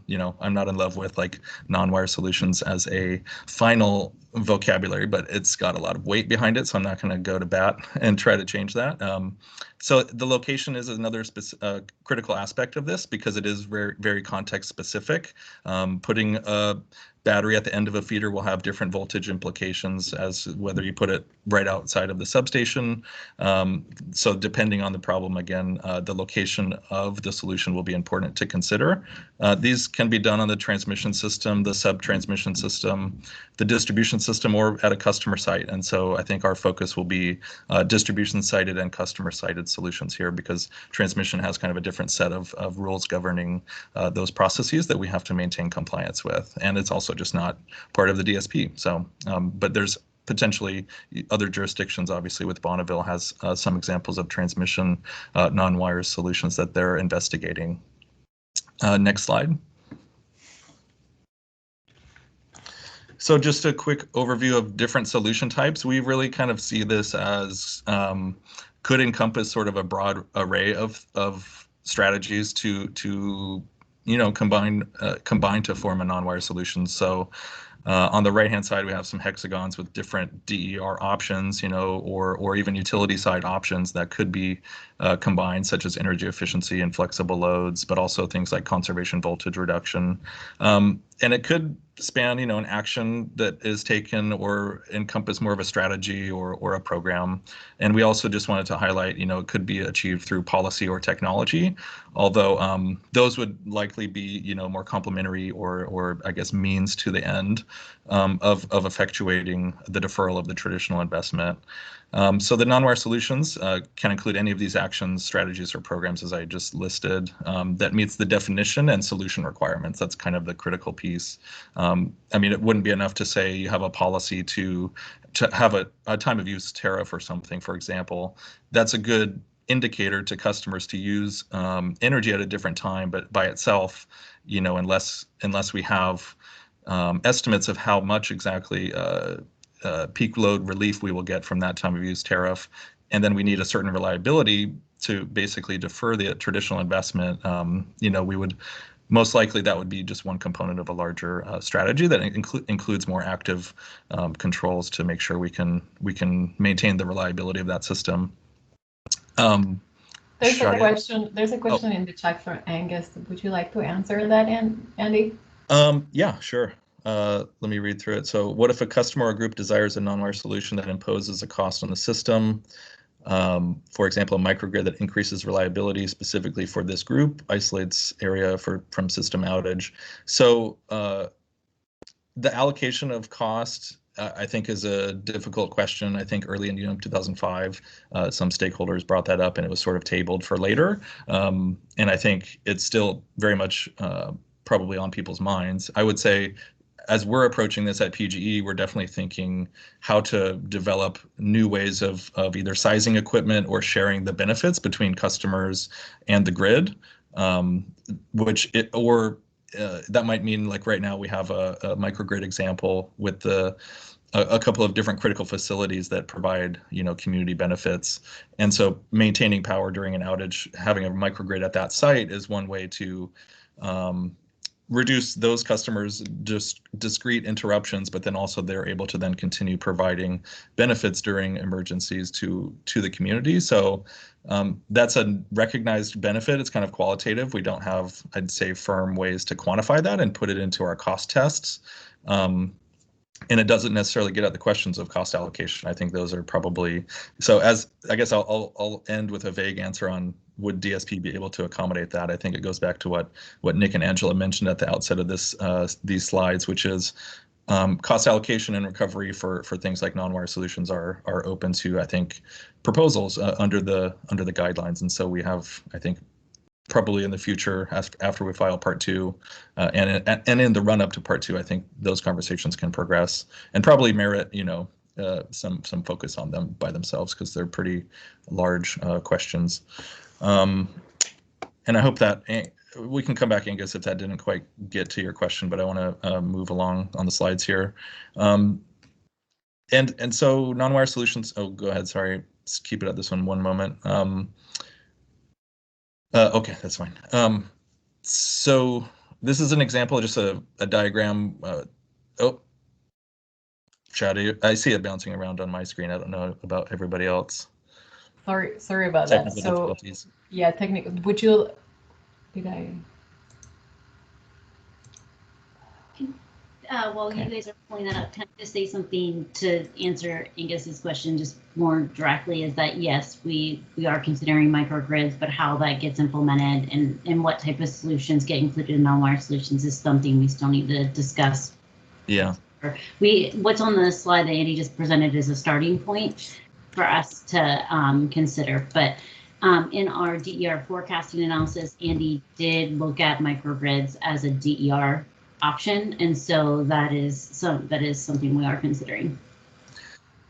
Yeah, and I was trying to see if James is still on the call. I know he earlier mentioned the infill zoning, rezoning, and so I just wanted to bring up that for microgrids, one thing we're trying to look at is like City of Portland's beacon sites and things like that as potential. When we try to forecast for the DER forecast, again, like Angela said, where we think customer microgrids will be adopted, right now we're kind of flagging customers who live in public safety power shutoff regions or people who are critical facility critical providers. I think other data sets that municipalities maintain, such as the beacon sites for City of Portland, where people will aggregate during an emergency event. I think there's a lot that we're looking at there that we'd like to improve what kind of data and partnership we have with all of you. And I would say one other point is that in our recently filed multi-year plan, we have some additional detail of kind of planned efforts around community microgrids and what our teams will be up to internally. So I think these are all emerging topics that are still of a lot of interest. Great. Thank you, Angus. I'll get through and then we can come back to open discussion. This is just a flow chart of highlighting the fact again that non-wire solutions is meant to solve a problem like an identified grid need. This is not the only non-wire solution example, but it's just illustrative of perhaps a common one, where on the left-hand side you can see the problem is load growth at the end of a feeder that the existing capacity of the system cannot maintain. And so rather than going a conventional route, which might be to study, as Jennifer mentioned, maybe different feeder interties or switching load or building out new equipment, then we would include the non-wire alternative, which would be to, in this case, they're demonstrating a demand response plus energy efficiency program coupled with other distributed energy resources. And that's really focused on mitigating your peak demand. I mean, energy efficiency would save over more hours, but getting some more focused demand response capabilities to really mitigate the peak loading of that system would, make a more targeted investment that possibly comes at a lower cost. And so then I think what we described is the exercise here will be, what are those costs and benefits? If it is cheaper to do the non-wire alternative, what's the drawback if you're not getting either as long-lived of an investment or you're not providing as much capacity increase as the traditional solution would have done, then you sort of have to normalize those to be able to compare them. But you also then have potentially some community benefits, which might be important to take account of that we aim to try to work out with the group here. So next slide. This is non-wire solution screening, just meant to highlight a couple of things. So I've mentioned, along with Jennifer's process, that the first step in our traditional process is identify a problem on the grid that we're aiming to solve with a solution here. We don't go and do studies for just every part of the system if there's no seeming need to do that, because that wouldn't be an efficient use of our internal resources or customer resources.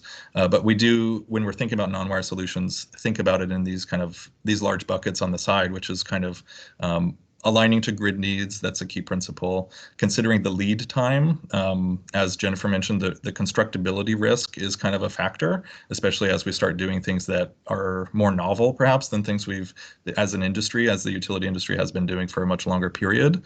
So supply chains are in question, or not in question, but supply chains that are different than what we're used to. You know, it takes some getting used to. It also, just in terms of how adaptable, or I guess how reliable those new installations are for providing a certain type of service. You know, a load tap changer or a voltage regulator is something that the utility toolkit has been studying and working with for a long time. And so doing the same grid service with behind the meter batteries, you know, that's the function of, you know, and Darren Murtaugh's on the call. I don't need to like speak for his group. The Grid Edge team at PGE is doing a lot of that work in the field and in our engineering studies. And so we're getting ready to sort of take advantage of all of these different customer resources to really maximize the distribution investments. Quickly, sorry, I kind of went long on that one, but forecasting certainty is another kind of thing we would look at when it comes to making an investment. Just how solid is the load growth underpinning the need for that, or the problem underpinning the need, and then what are the project costs? And then the last one there is community engagement, both notifying that something's happening, but also gathering input on what the solutions are. So sorry, long preamble. The focus of this slide really was just the lead time. So that green bucket there, lead time. Looking at solutions, we kind of would break them into two different buckets. There's a larger job type, which might take more than 2 years to design and construct. That might be something like a new substation transformer or a whole new substation build out. And typically comes with a higher cost and also covers a larger geographic area. And sometimes if we exceed the capacity of an existing substation, we'll have to go procure new real estate as well, which has its own lead time. And we have to comply with sort of, local growth ordinances and different things, and work with a lot of a larger stakeholder group. Other smaller jobs typically could be within 9 months to 2 years, and so they might be more flexible and more reactive, happen outside of other larger capital planning cycles, and the geographic footprint might be smaller, or even doing like I think reconductoring or something like that, where you're working within the existing configurations of the system to just put in either new equipment or modify that in some way. Next slide. Okay, so since I went long on that previous slide that didn't have that much content on it, and this one is a lot more content, I don't want to try to bore everybody with reading through it. I think the important thing we're trying to highlight here is that it is, as I mentioned, a process of aligning the grid needs to the solution type. And so we've just bucketed here 4 different kind of examples at a high level. The first top 2 are relatively the same. You can see for a load growth or a reliability solution, we're looking at traditional examples that range from substation transformer capacity to reconductoring or building new feeders, and then non-wire solutions that could supplement that. I kind of hit on this in that earlier flow chart, but DERs of various types that can reliably shape or be dispatched to alleviate the peak.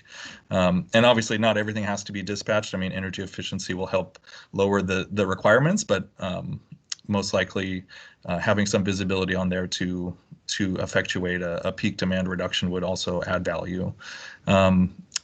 And then we throw in a couple other examples here. Hosting capacity and volt-var improvements. You can see there. So volt-var is a kind of more engineering term related to variable or reactive power. So the how much additional, I guess, I'm not going to try to explain it because I'm not the electrical engineer, but someone else can jump in later if they want. Essentially, we're trying to balance with inverter-based resources. You can provide various voltage services to absorb the additional, they call it, is it the neutral current? Is that right? So basically, reactive power that's not consumed on site. It goes back until it is absorbed. So inverter-based resources can sort of handle that and provide some additional benefits, which we're kind of looking into in a variety of pilots. And then the resiliency. Yep, go ahead. Sorry to cut you off. I think Stephen was wondering if you can circle back to the previous question he had. Yeah, the one that I said I would read, and then I think I did read, and then I forgot. Thank you. Oh, it's the one where you're saying piggybacking on Sylvia's question. So yeah, in terms of equitable, let me talk about that on the next slide, Stephen. I think that I did have a thought, and it's more appropriate for the next slide. So the resiliency upgrades is the last example. New supply pathways for increased resiliency. As Jennifer mentioned, customers can enter into an agreement to have redundant supply on like a feeder where they might reserve some capacity, and that might be valuable to that customer if they have a really critical production process, for example, that they don't want to be interrupted, so they build in some redundant capacity. Often those customers would also have on-site backup. We have a lot of customers that we work with, for example, through our dispatchable standby generation program that have that's kind of a unique one because it's for grid emergency relief, but other customers in those similar classes might have a diesel generator just on their own, and we're working with a lot of customers who desire to move that to a more clean profile with behind the meter storage and solar options. And so there's, I think, a lot to be said there, and that gets to somewhat of Angus's question in terms of how microgrids fit into this. There can be a behind the meter microgrid or a front of the meter microgrid that's more of a community solution. The critical difference and what adds to a higher cost would be additional controls and safety mechanisms put in place to safely disconnect from the grid during a disturbance and continue to provide power to all of the connected loads. So it's certainly an area of interest for PGE and for our customers, and we see that especially after the last year that we went through, that this is top of mind for everyone. So we look forward to, I think, diving into this in much more detail as we go along. Okay, next slide.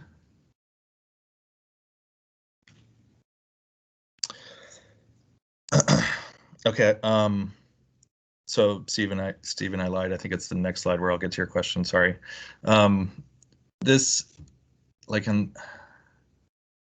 Yeah. So the next two are really about the community engagement principles that Angela outlined. On this slide, I'll go through these principles here in the boxes, and then the next slide will be a sort of a flow chart of the 8-step process and where we see some of these really coming into play.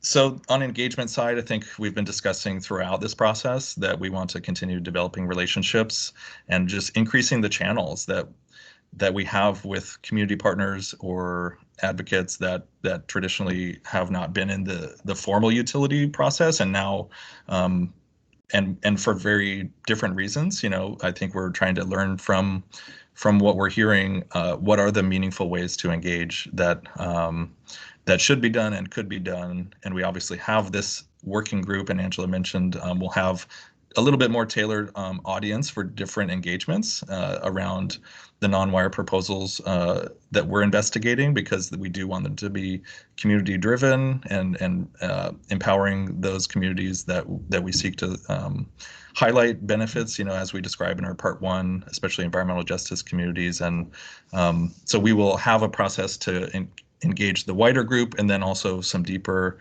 more tailored conversations that could proceed at different pace, because that's one thing we've learned is that technical information is easier for some groups and participants to grasp onto and make sort of immediate contribution. Others need to think about it and talk about it in different forums and have those channels where they feel safe and able to contribute and be heard. And I think we aim to provide non-wire solution project information. So like that would be, I think, the December or January, January 12th, where it's more of like a technical deep dive on some of these, that people have a lot of questions about, but I'm not aiming this presentation to be that. But we want to work to understand also community preferences, like I think I mentioned, so you can have a mixture of energy efficiency, you can have demand response or flexible loads, behind the meter solar and storage, front of the meter solutions. We need to look at the costs and benefits of each of these and then make optimal decisions based on what the outcomes are that we really seek to achieve. And I think we're looking for our community partners to lead on the new creation of new benefit streams that really speak to the issues that are facing them and that they think are important, because we want to elevate their voice in that way. So there's some other bullets on here. I don't think, read through all of these. On the right-hand side, when we actually talk about the development of the pilots, I think it's our intention. Again, I'm reiterating Angela's slides a little bit here, so that's why I'm moving more quickly. But to create an inclusive and equitable process.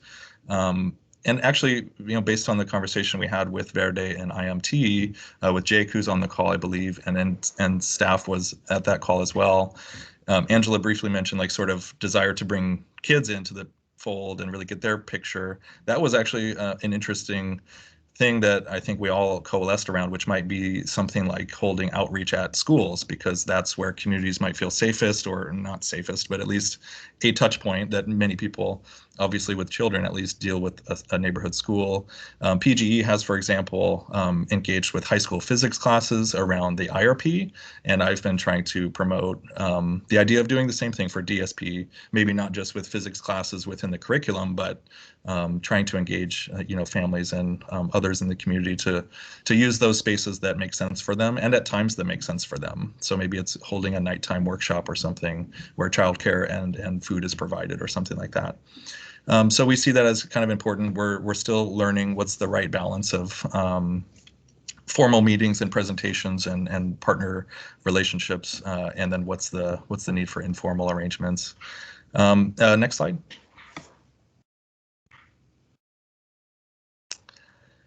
So this, I think, I'll pause on this. It's my second to last slide, I think the last. And this will be a chance to, I think, loop back to a few questions that have been raised.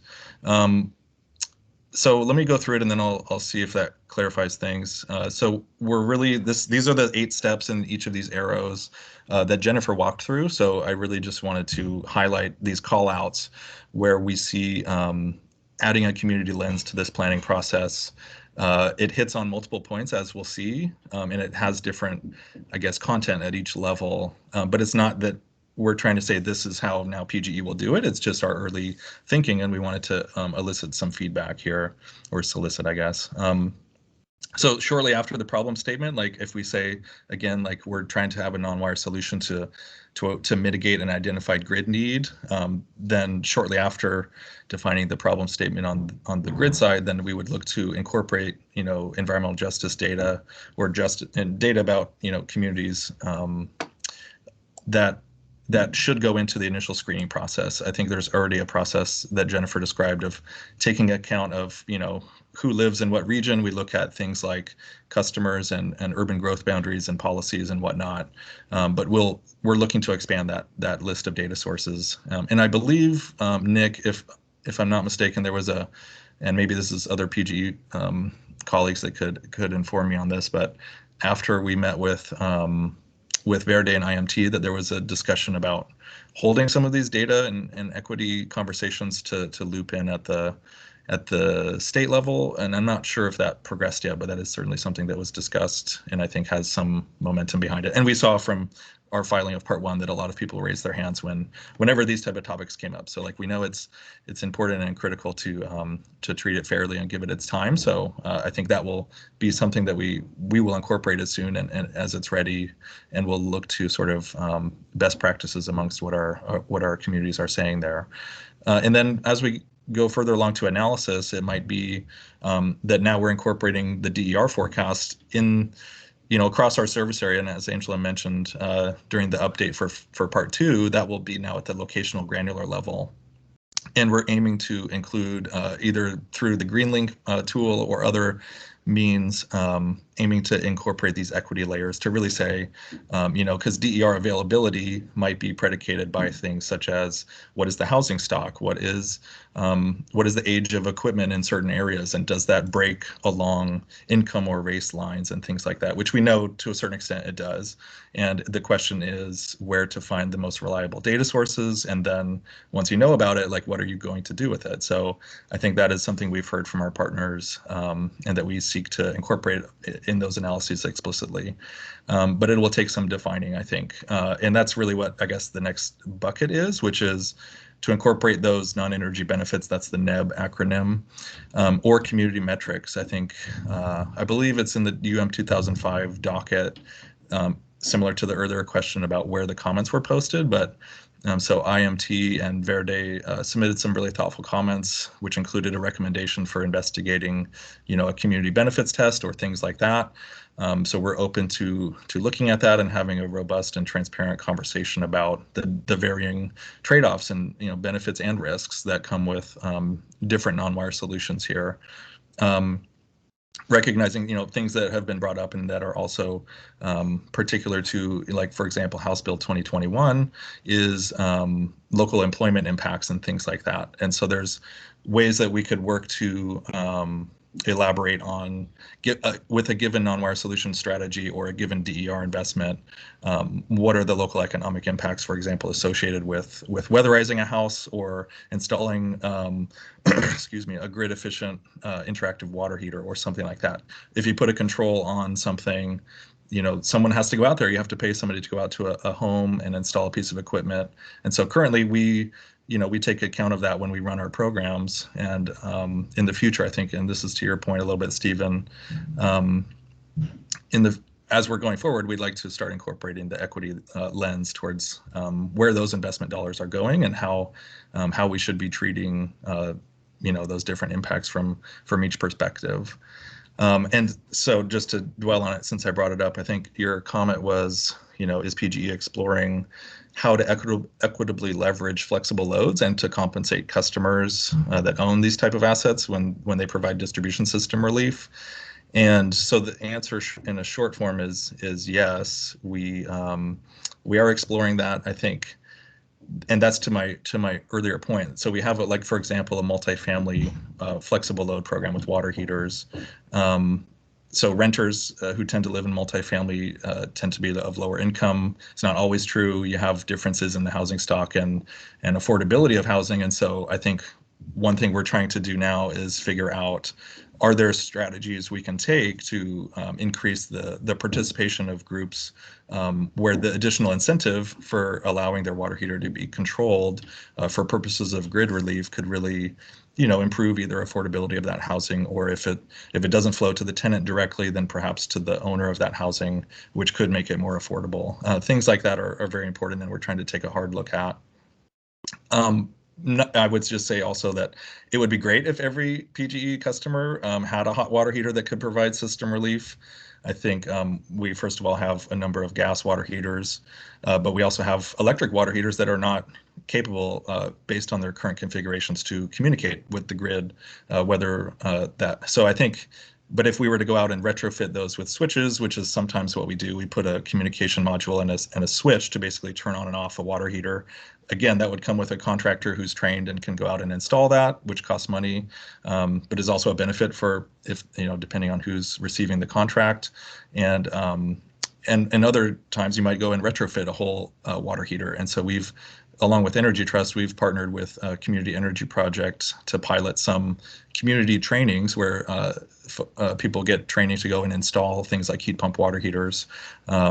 And I think our intention, and I believe we've done this in the smart grid test beds, is to, when that happens, when we go out and install a heat pump water heater for a low income customer, then make sure that it has grid enabled controls and can participate in those programs. One thing just to note on distribution system relief is that is an active piece of our evolution that we're seeking to implement, I think, by the summertime, or at least in small part, is to dispatch our some of our demand response or DER programs for locational relief.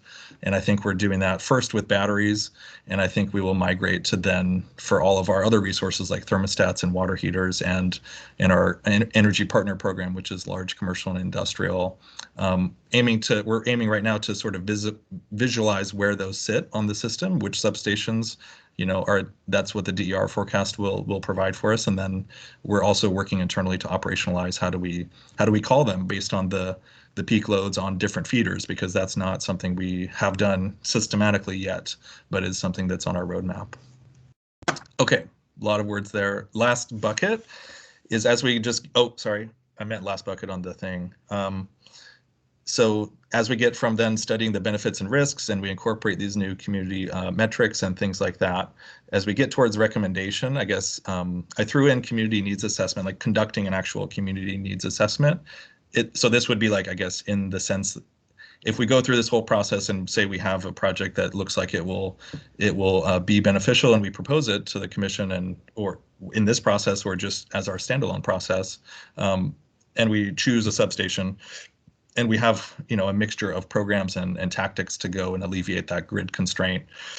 What we've heard and what we would like to incorporate is conducting a community needs assessment. That might be something like contracting with local groups who have knowledge of the area to learn what are the channels and practices we can get, you know, that we can include in our approach that would actually lead towards more equitable adoption. But it's also, and that goes back to, you know, it could be a policy, it could be an outreach program, could be energy efficiency, demand response, you know, things like that. And I think the community needs assessment would be really helpful to ground all of that in the perspective of people who live in that footprint for that electrical service area, and that they are sort of at the table driving what are the solutions being thought of.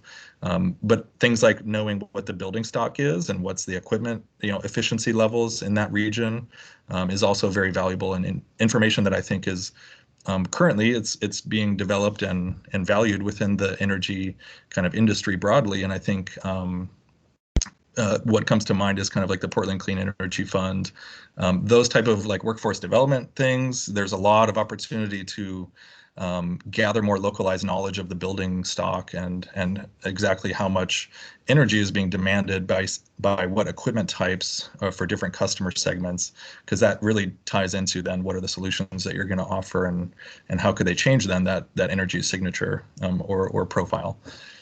So that's, I think the last slide is coming up, and so apologies for like probably not hitting everyone's questions if you had any.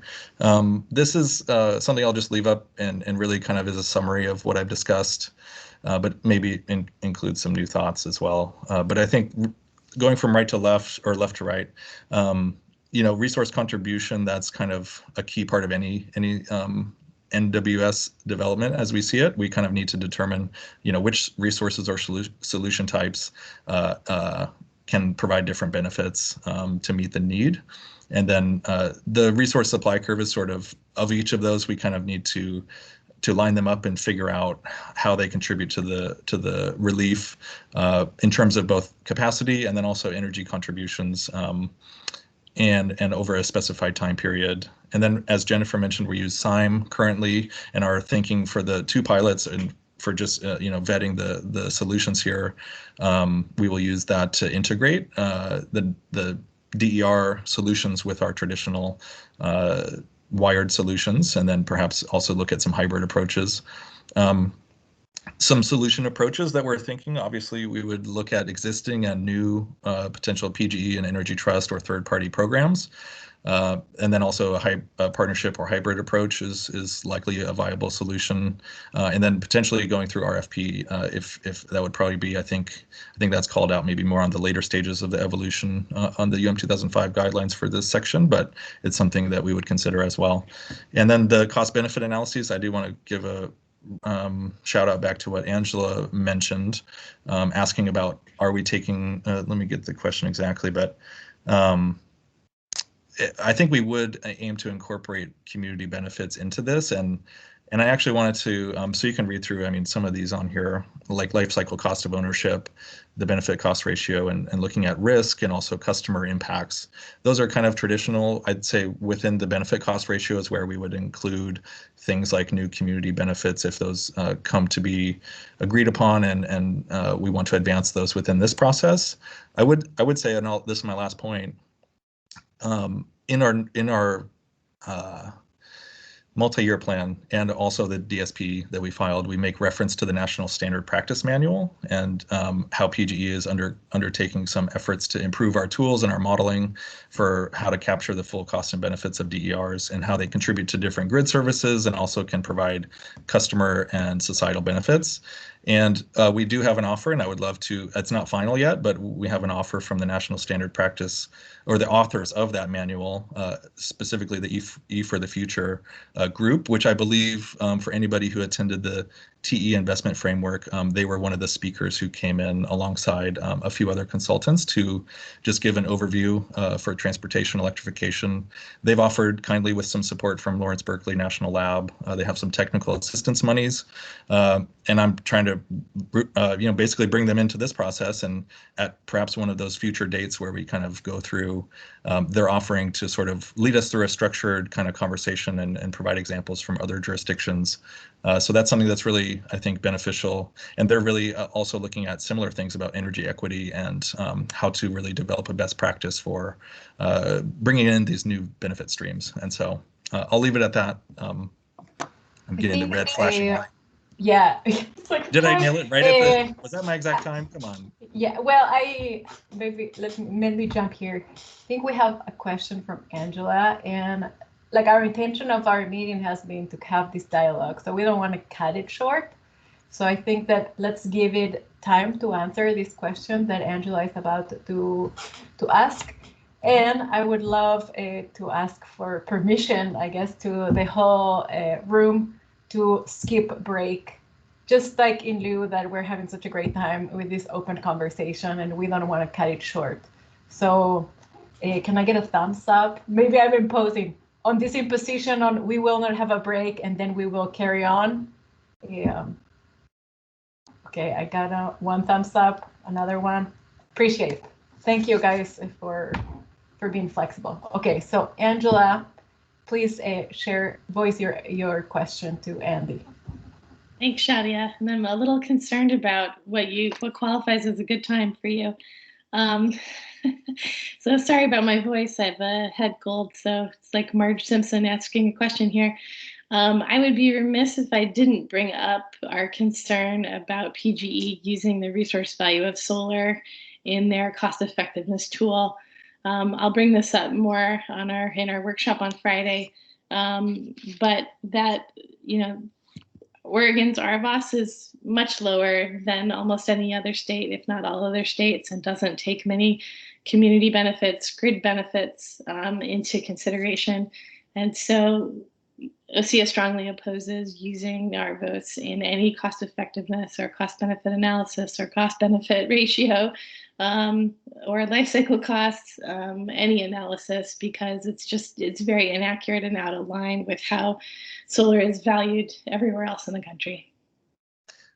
Yeah, thanks for bringing that up. And I did see, I believe in your submitted comments, an allusion to that. So I think, and maybe this is something we can highlight in that future conversation, but I do think it's possibly not worded in the best way in terms of how we presented that in the DSP. I think what our intention might have been was to discuss that for solar resources, there is an existing process and there's a template that's been shopped around for how to allocate things into an 8760 format, like an annual or an hourly format for certain benefit streams or costs. And I think that's where we were. So we're not currently using the RVOS in the cost effectiveness we're running for programs. I mean, currently we limit those to flexible loads and other things. So I would say it's probably a good topic for conversation, but we hear you on that one, Angela.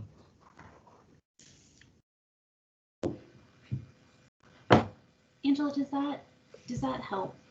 I know you and I were having some emails back and forth regarding this, and Andy and Bashir, who's on this call, have been working to update our cost effectiveness, but it's not involved RVOS at all in terms of like the avoided costs that come out of that.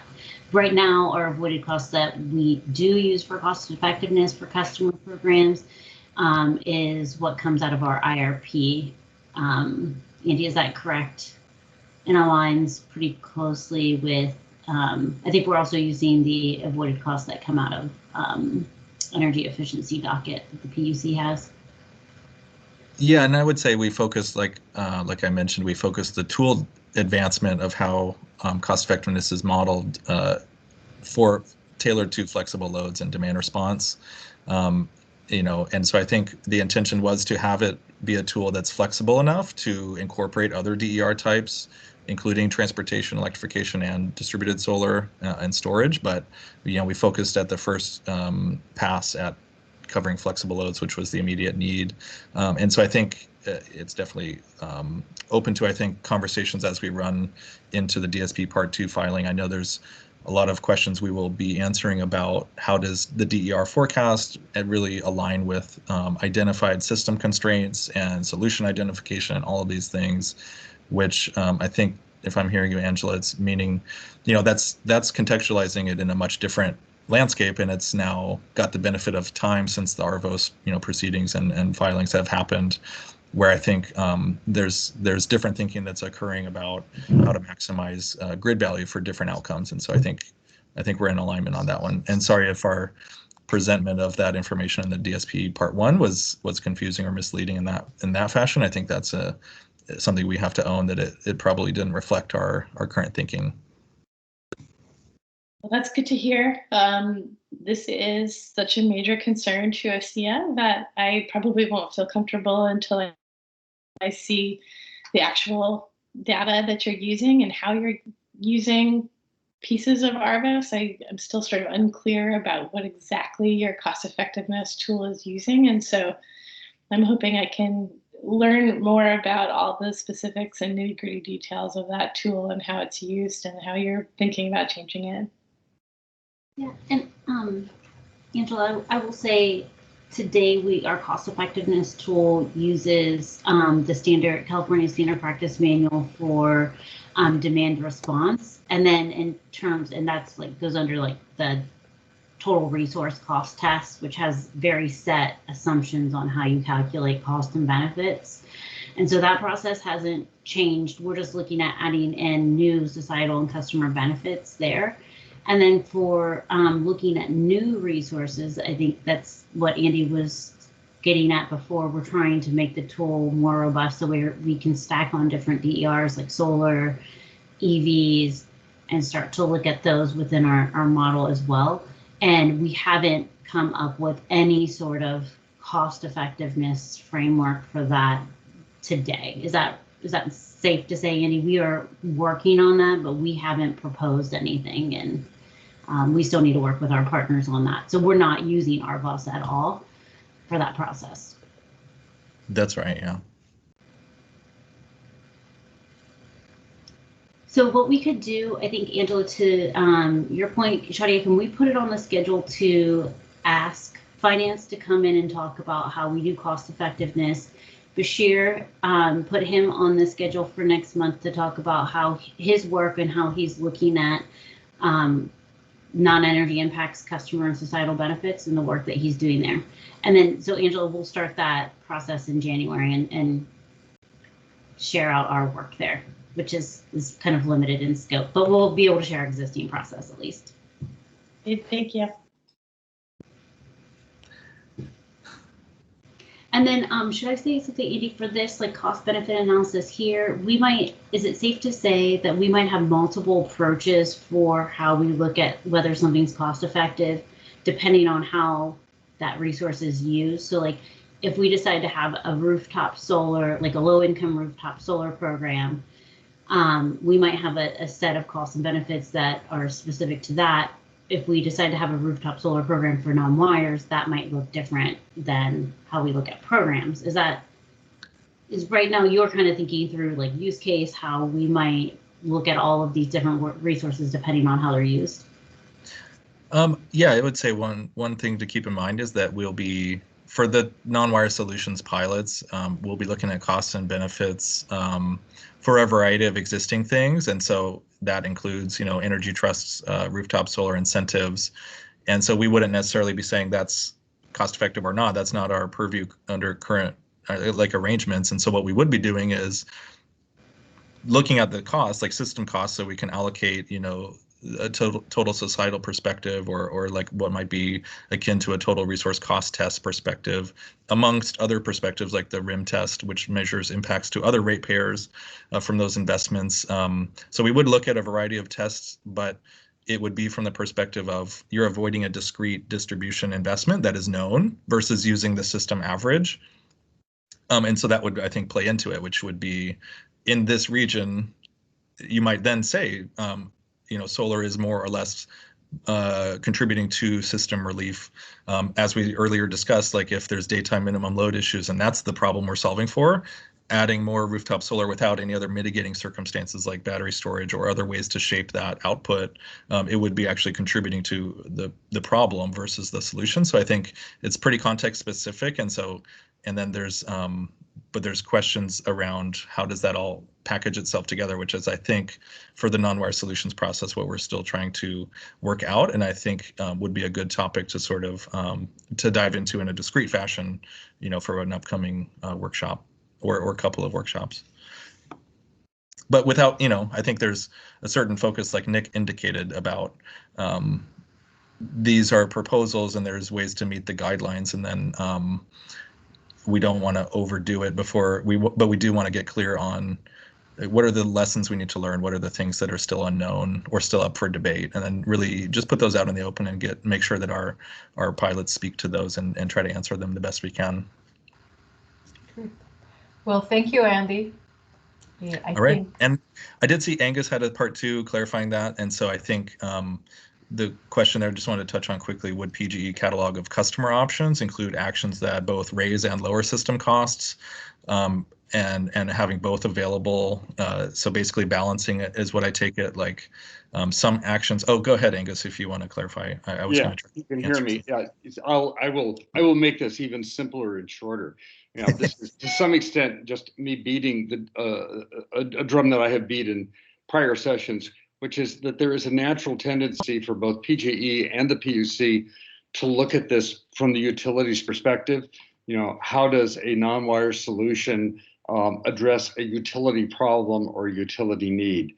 And the point I have been trying to make is that there may be customer needs and wants which don't conform to that model easily, but which are important to customers. And I don't know what all those might be, but one certainly might be a higher level of reliability than the system average, and another might be a higher level of green resources than the system average. And if those impose extra costs on other customers, and there's not another justification for those extra costs, then the catalog of options could say, yeah, you can have this, but it's going to cost you something extra, and that's okay as long as it's telegraphed clearly. But this should be a catalog both of utility needs and wants and customer needs and wants, and we should just I think pretty consistently try to maintain that idea that both of these need to be balanced in this DSP process and outcome. And you don't even have to answer that. I just made my point. Thanks. Great, thank you. Yes, appreciate you adding that context. So I think I can pass it back to Angela, and I think we have another agenda item. Thank you, everyone, for participating so actively. I have been keeping track of all your comments, and I'll make sure that I share them back to you, trying to improve on our transparency on how we're hearing you and implementing what you're recommending to us. So, Joe, you're next.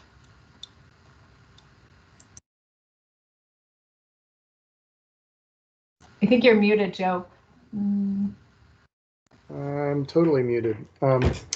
So I'm going to take a couple minutes here just to give some airtime to work that we're doing that's a follow-on from the DSP Part 1. So as we go through the DSP Part 2 workshops, we'll probably spend a little time dropping some information about things that we're doing currently, right? So DSP Part 2 is going to be about, planning for the future and changing the distribution system planning process. But we are doing things, now. And some of those things will show up in the near-term action plan. So we figured it made sense to give some airtime to those things. So this is a series of studies that we're planning in the very near term to get ready for higher DER penetration. And what I put here was specifically rooftop solar. because we're seeing a significant increase in rooftop solar applications, and maybe to extend that a little further, our DER forecast that Andy and team just completed also point to a pretty high uptake of rooftop solar. So Shadia, go to the next slide. I'm going to take a run at a few more distribution planning concepts that that you'll probably be hearing about as we get the distribution grid ready for DER penetration. So earlier we talked about backflow or backfeed, and I think Angela provided a description, right, where on nice days, today might actually be one of those days where the temperature's mild and the sun is shining. There's solar generation, and there's not much consumption, right? So there aren't air conditioners running, there aren't heaters running. So we have the opportunity to push energy back onto the transmission system. But we also have to prepare for the opposite, which is something that we saw this past summer during the heat wave, which is we may have very high consumption, but we may also have very high generation, right? So super hot day, sun shining, there's a lot of generation. And when the generation falls off, so at the end of the day, sun sets, those air conditioners may still be running. So we basically see a significant drop off of energy production from the distribution system, from customers with rooftop solar, but a constant level of load, so a constant level of consumption. That has caused problems in other jurisdictions. It was a problem in Arizona at a point in time. It's been a problem in Australia. So this is something that utilities need to manage.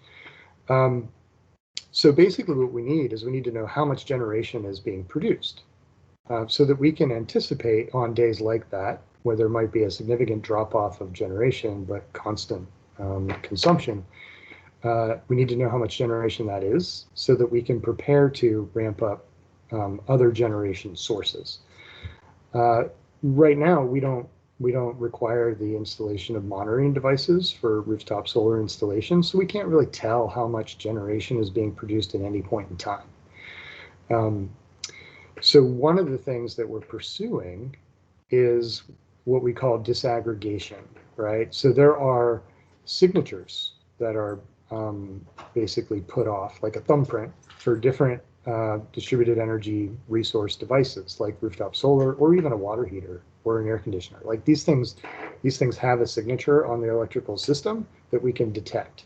So we're going through the process of developing a tool set that allows us to detect these signatures so that we can derive how much generation is taking place, right? So we're basically engaging in a study of disaggregation tools so that we can detect the amount of generation that's being delivered. And then we will use this information in our system planning process and our planning for resource allocation and kind of resource adequacy at the distribution level. So I'll pause there for a second to see if anybody has any questions. So we're basically studying tools to help us detect how much generation is occurring at the distribution level. Angus, I see you have your hand up. Is this from Andy's question or is this a new question? Okay, I see the hand went down. Next slide. So as a kind of a companion to that, we're reviewing design standards across the country, basically evaluating what other utilities are doing to incorporate DER readiness, if you will, into standards and into effectively the way we design just traditional utility solutions. And we'll take that information and basically bounce it off of our own standards to identify opportunities or gaps, right, for modifying our standards to put us in a better position just in our day-to-day investment planning. Like we're investing in a new line to support a new residential neighborhood. We want to make sure that line is equipped with the appropriate devices to be future-proofed, but not overbuilt, right? So that's the balance that we want to strike. So we're doing a study of existing design standards to accommodate DERs. Next slide. The next one is basically looking for breakpoints, right? So currently we have 650 feeders on the system, 653 to be precise, and about 1% of them are constrained. But as we see more and more uptake of rooftop solar, that could change. So we want to basically take the DER forecast, what we know about our current capacity or the headroom in the system to support additional generation, and identify where we might see, weak spots in the system. Breaking is sort of a general term, but where are we going to be exposed to risks of outages based on the uptake of additional rooftop solar? So we're getting ahead of that by doing this study. The study could identify areas on the system where we could invest to resolve that weak spot, right? But that's an area where we'd have to actually pursue some degree of regulatory change to enable that proactive investment in supporting, a future generation. So the tools exist today to build the system to support future load, like a residential neighborhood, but aren't as robust in supporting future generation. So we're basically trying to nail that down. Like, where do we think the investment would need to be made? What does that investment look like? And how would we actually follow through on that investment? So Andy mentioned Darren Murtaugh earlier in his presentation in the Grid Edge team. Darren's team is basically our team within PGE that takes up these studies that evaluate the impact of DERs at the grid edge. And the grid edge is kind of the customer, right? The distribution grid goes to the customer. That's the edge. So we're looking at solutions at the grid edge. Darren is on the call, so he could weigh in and add anything that I might have missed about these studies. Joe, there's two questions. Sorry. If I could just real quick, and then we'll jump into the questions. I just want to acknowledge Grid Edge being a part of that technical team that comes up with some of the answers, but doing so in concert with our distribution planning team as well. This is a real partnership. I also do want to take some of this conversation just one step further. I'll first acknowledge that what we are seeing today, a lot of the attention goes on distributed solar, and rightfully so. I think that's the most abundant production resource that we have distributed across our system today. But the technical issues that we need to prepare solutions for, they do extend beyond solar. It's all sorts of distributed energy resources. I say that also saying that my team, the Grid Edge team, a lot of the work we do is centered on how do we integrate energy storage into the system in a way that benefits customer and grid. Likewise, how are we going to plan for and prepare for increased electric vehicles? And to what degree is managed charging going to be a part of our flexible load portfolio? So solar is a big part of the equation, and there are other pieces as well. With that, let's go ahead and take some of the questions. Sure. So I see the question from Stephen and then Angela. So touch on Stephen's first, and then go to Angela. Stephen, basically building. How are we accommodating what are being referred to as community needs, and more of an environmental and social justice approach to distribution investment.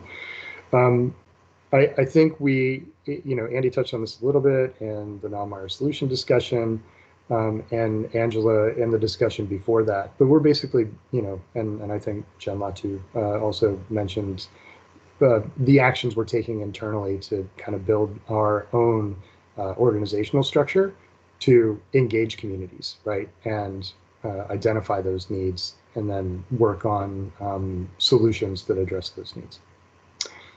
So I would say that yes, this particular set of studies, very technical, just centered on DER readiness from a technical perspective, which would then serve as an input into the actual solutions, right? So what are the needs and how do we address those needs?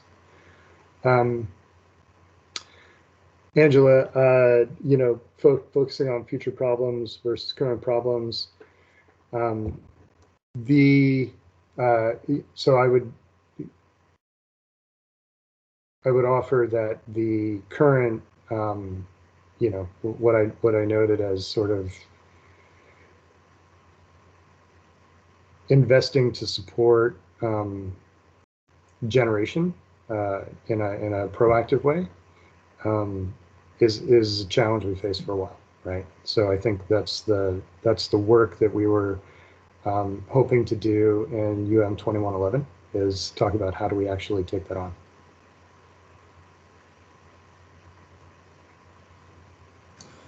Can I just add one thing to Angela's question here?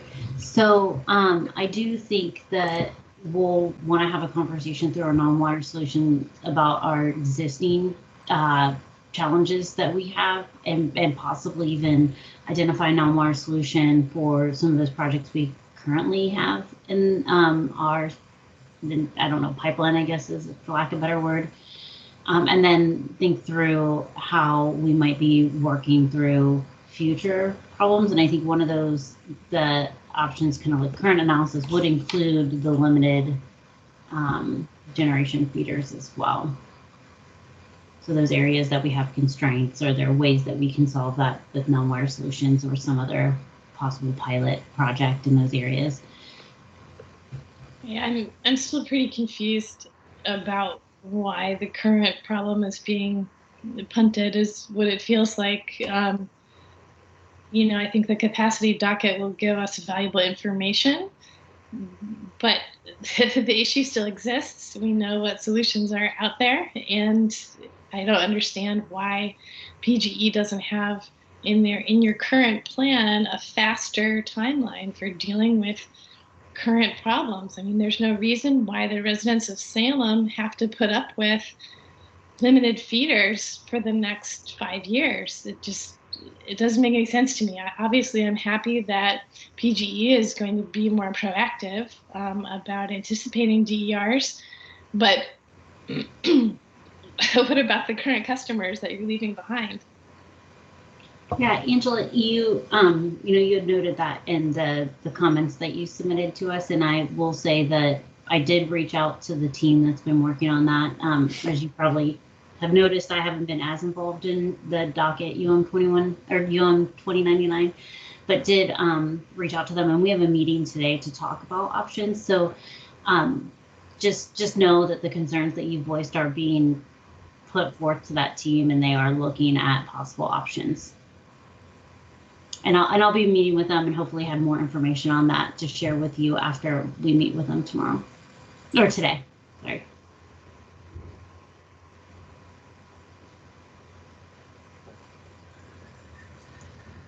Well, if we don't have any other comments or questions on this topic, maybe we can move on to next steps with Angela.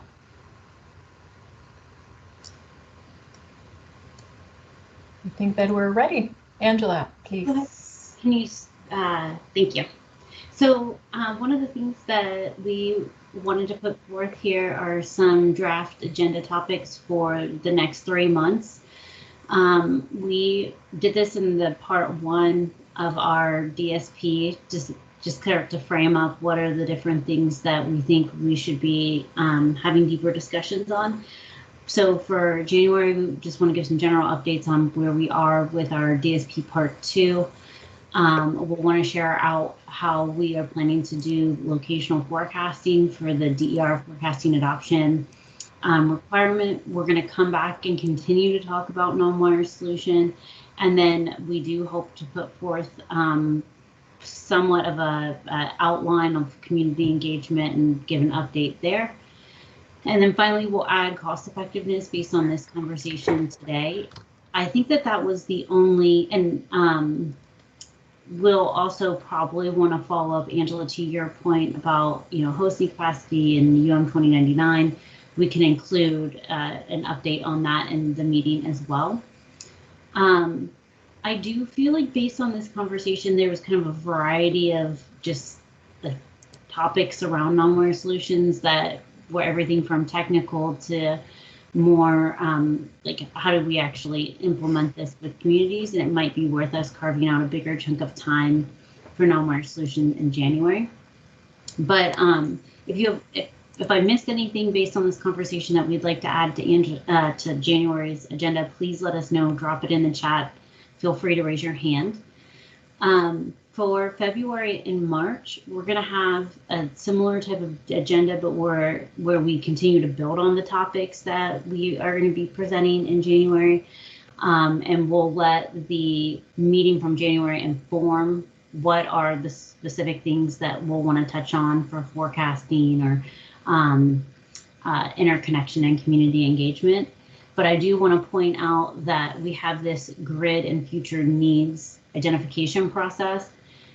This is where we would like to get into more specifics of like how are we planning for the system today, what are the current constraints that we see, and then longer term, what are the processes that we can do to improve our planning.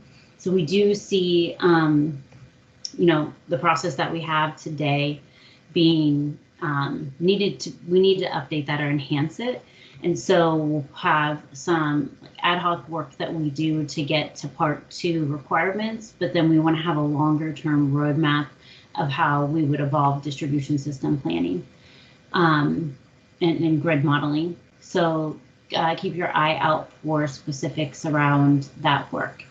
And then Jenny, you have a question for Nick. Nick Sayan, are you still here?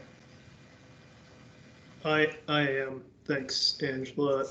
Jenny, I think so the question is the goal for the Part 2 filing is to propose non-wires pilots in August with the activity taking place in 2023.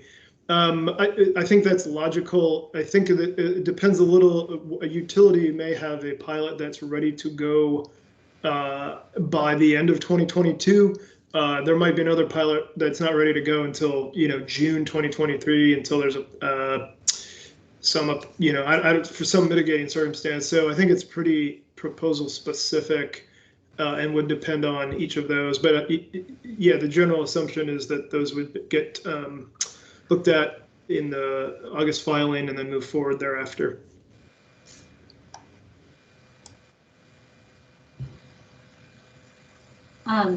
To kind of piggyback off of Nick's response, I think we're looking at the current projects that we have in the pipeline and considering those for non-wire solutions, and then putting together a more robust process for projects that are further out, Jenny. So we're going to try to do both in parallel.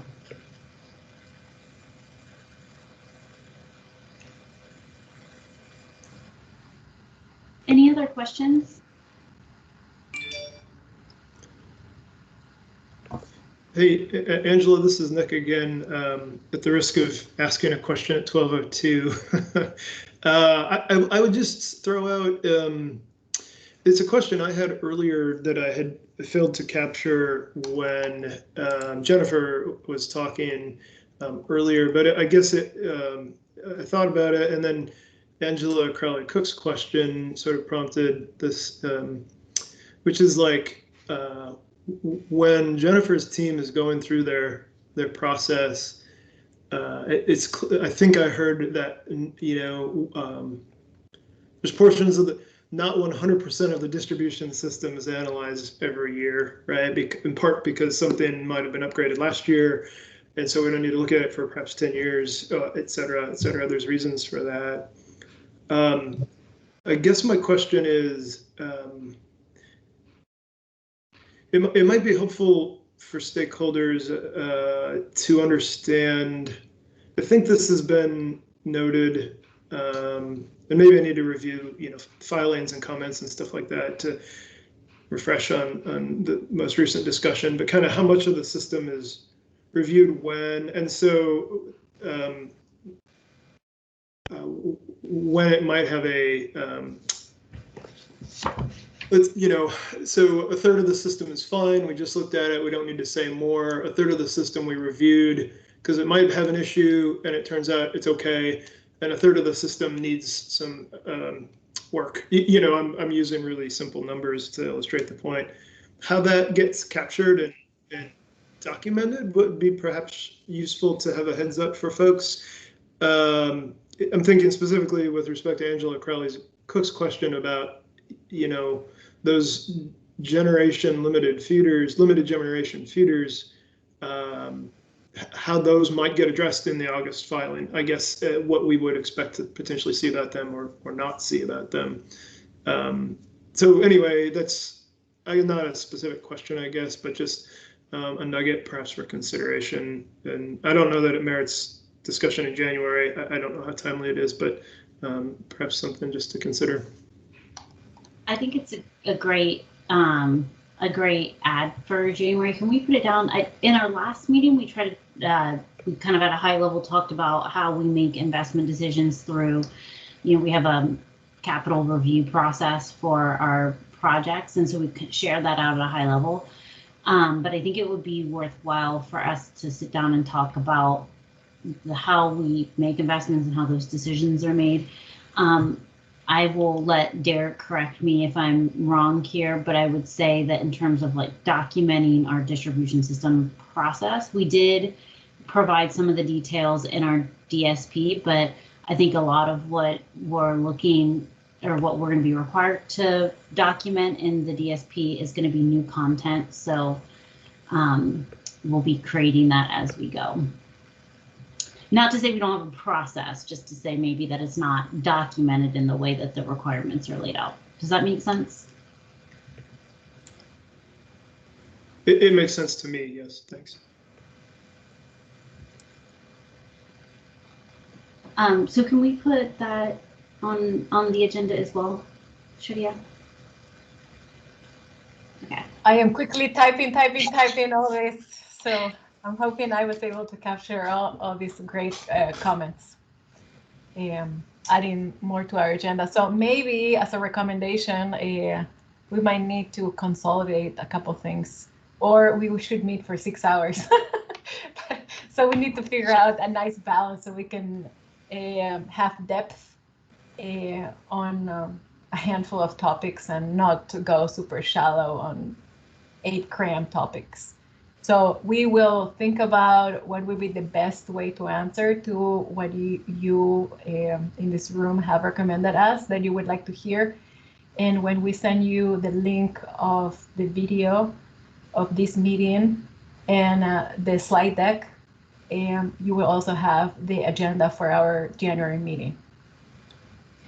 And one last thing before I let everybody go, we recognize that PAC, their community advisory group, or I should just look through the chats, whatever the acronym was for that group, we'll check into that. And then we've also gone through and looked at Idaho Power slides on how they did DSP 101, and they had some good content in there that we might steal, just so you know if you're on the phone, Idaho Power. But we're looking at ways to convey the content in an easier way and take best practices from what the other utilities are doing. So we'll continue to work on that. So everybody, thank you for your time, and I hope you have wonderful holidays, however you might celebrate them. And I look forward to seeing you guys at the beginning of the new year. Yeah, thank you so much. We're always loving any feedback that you have. So you can send it via email or via our form. See you in January. Have a safe holiday. Thank you.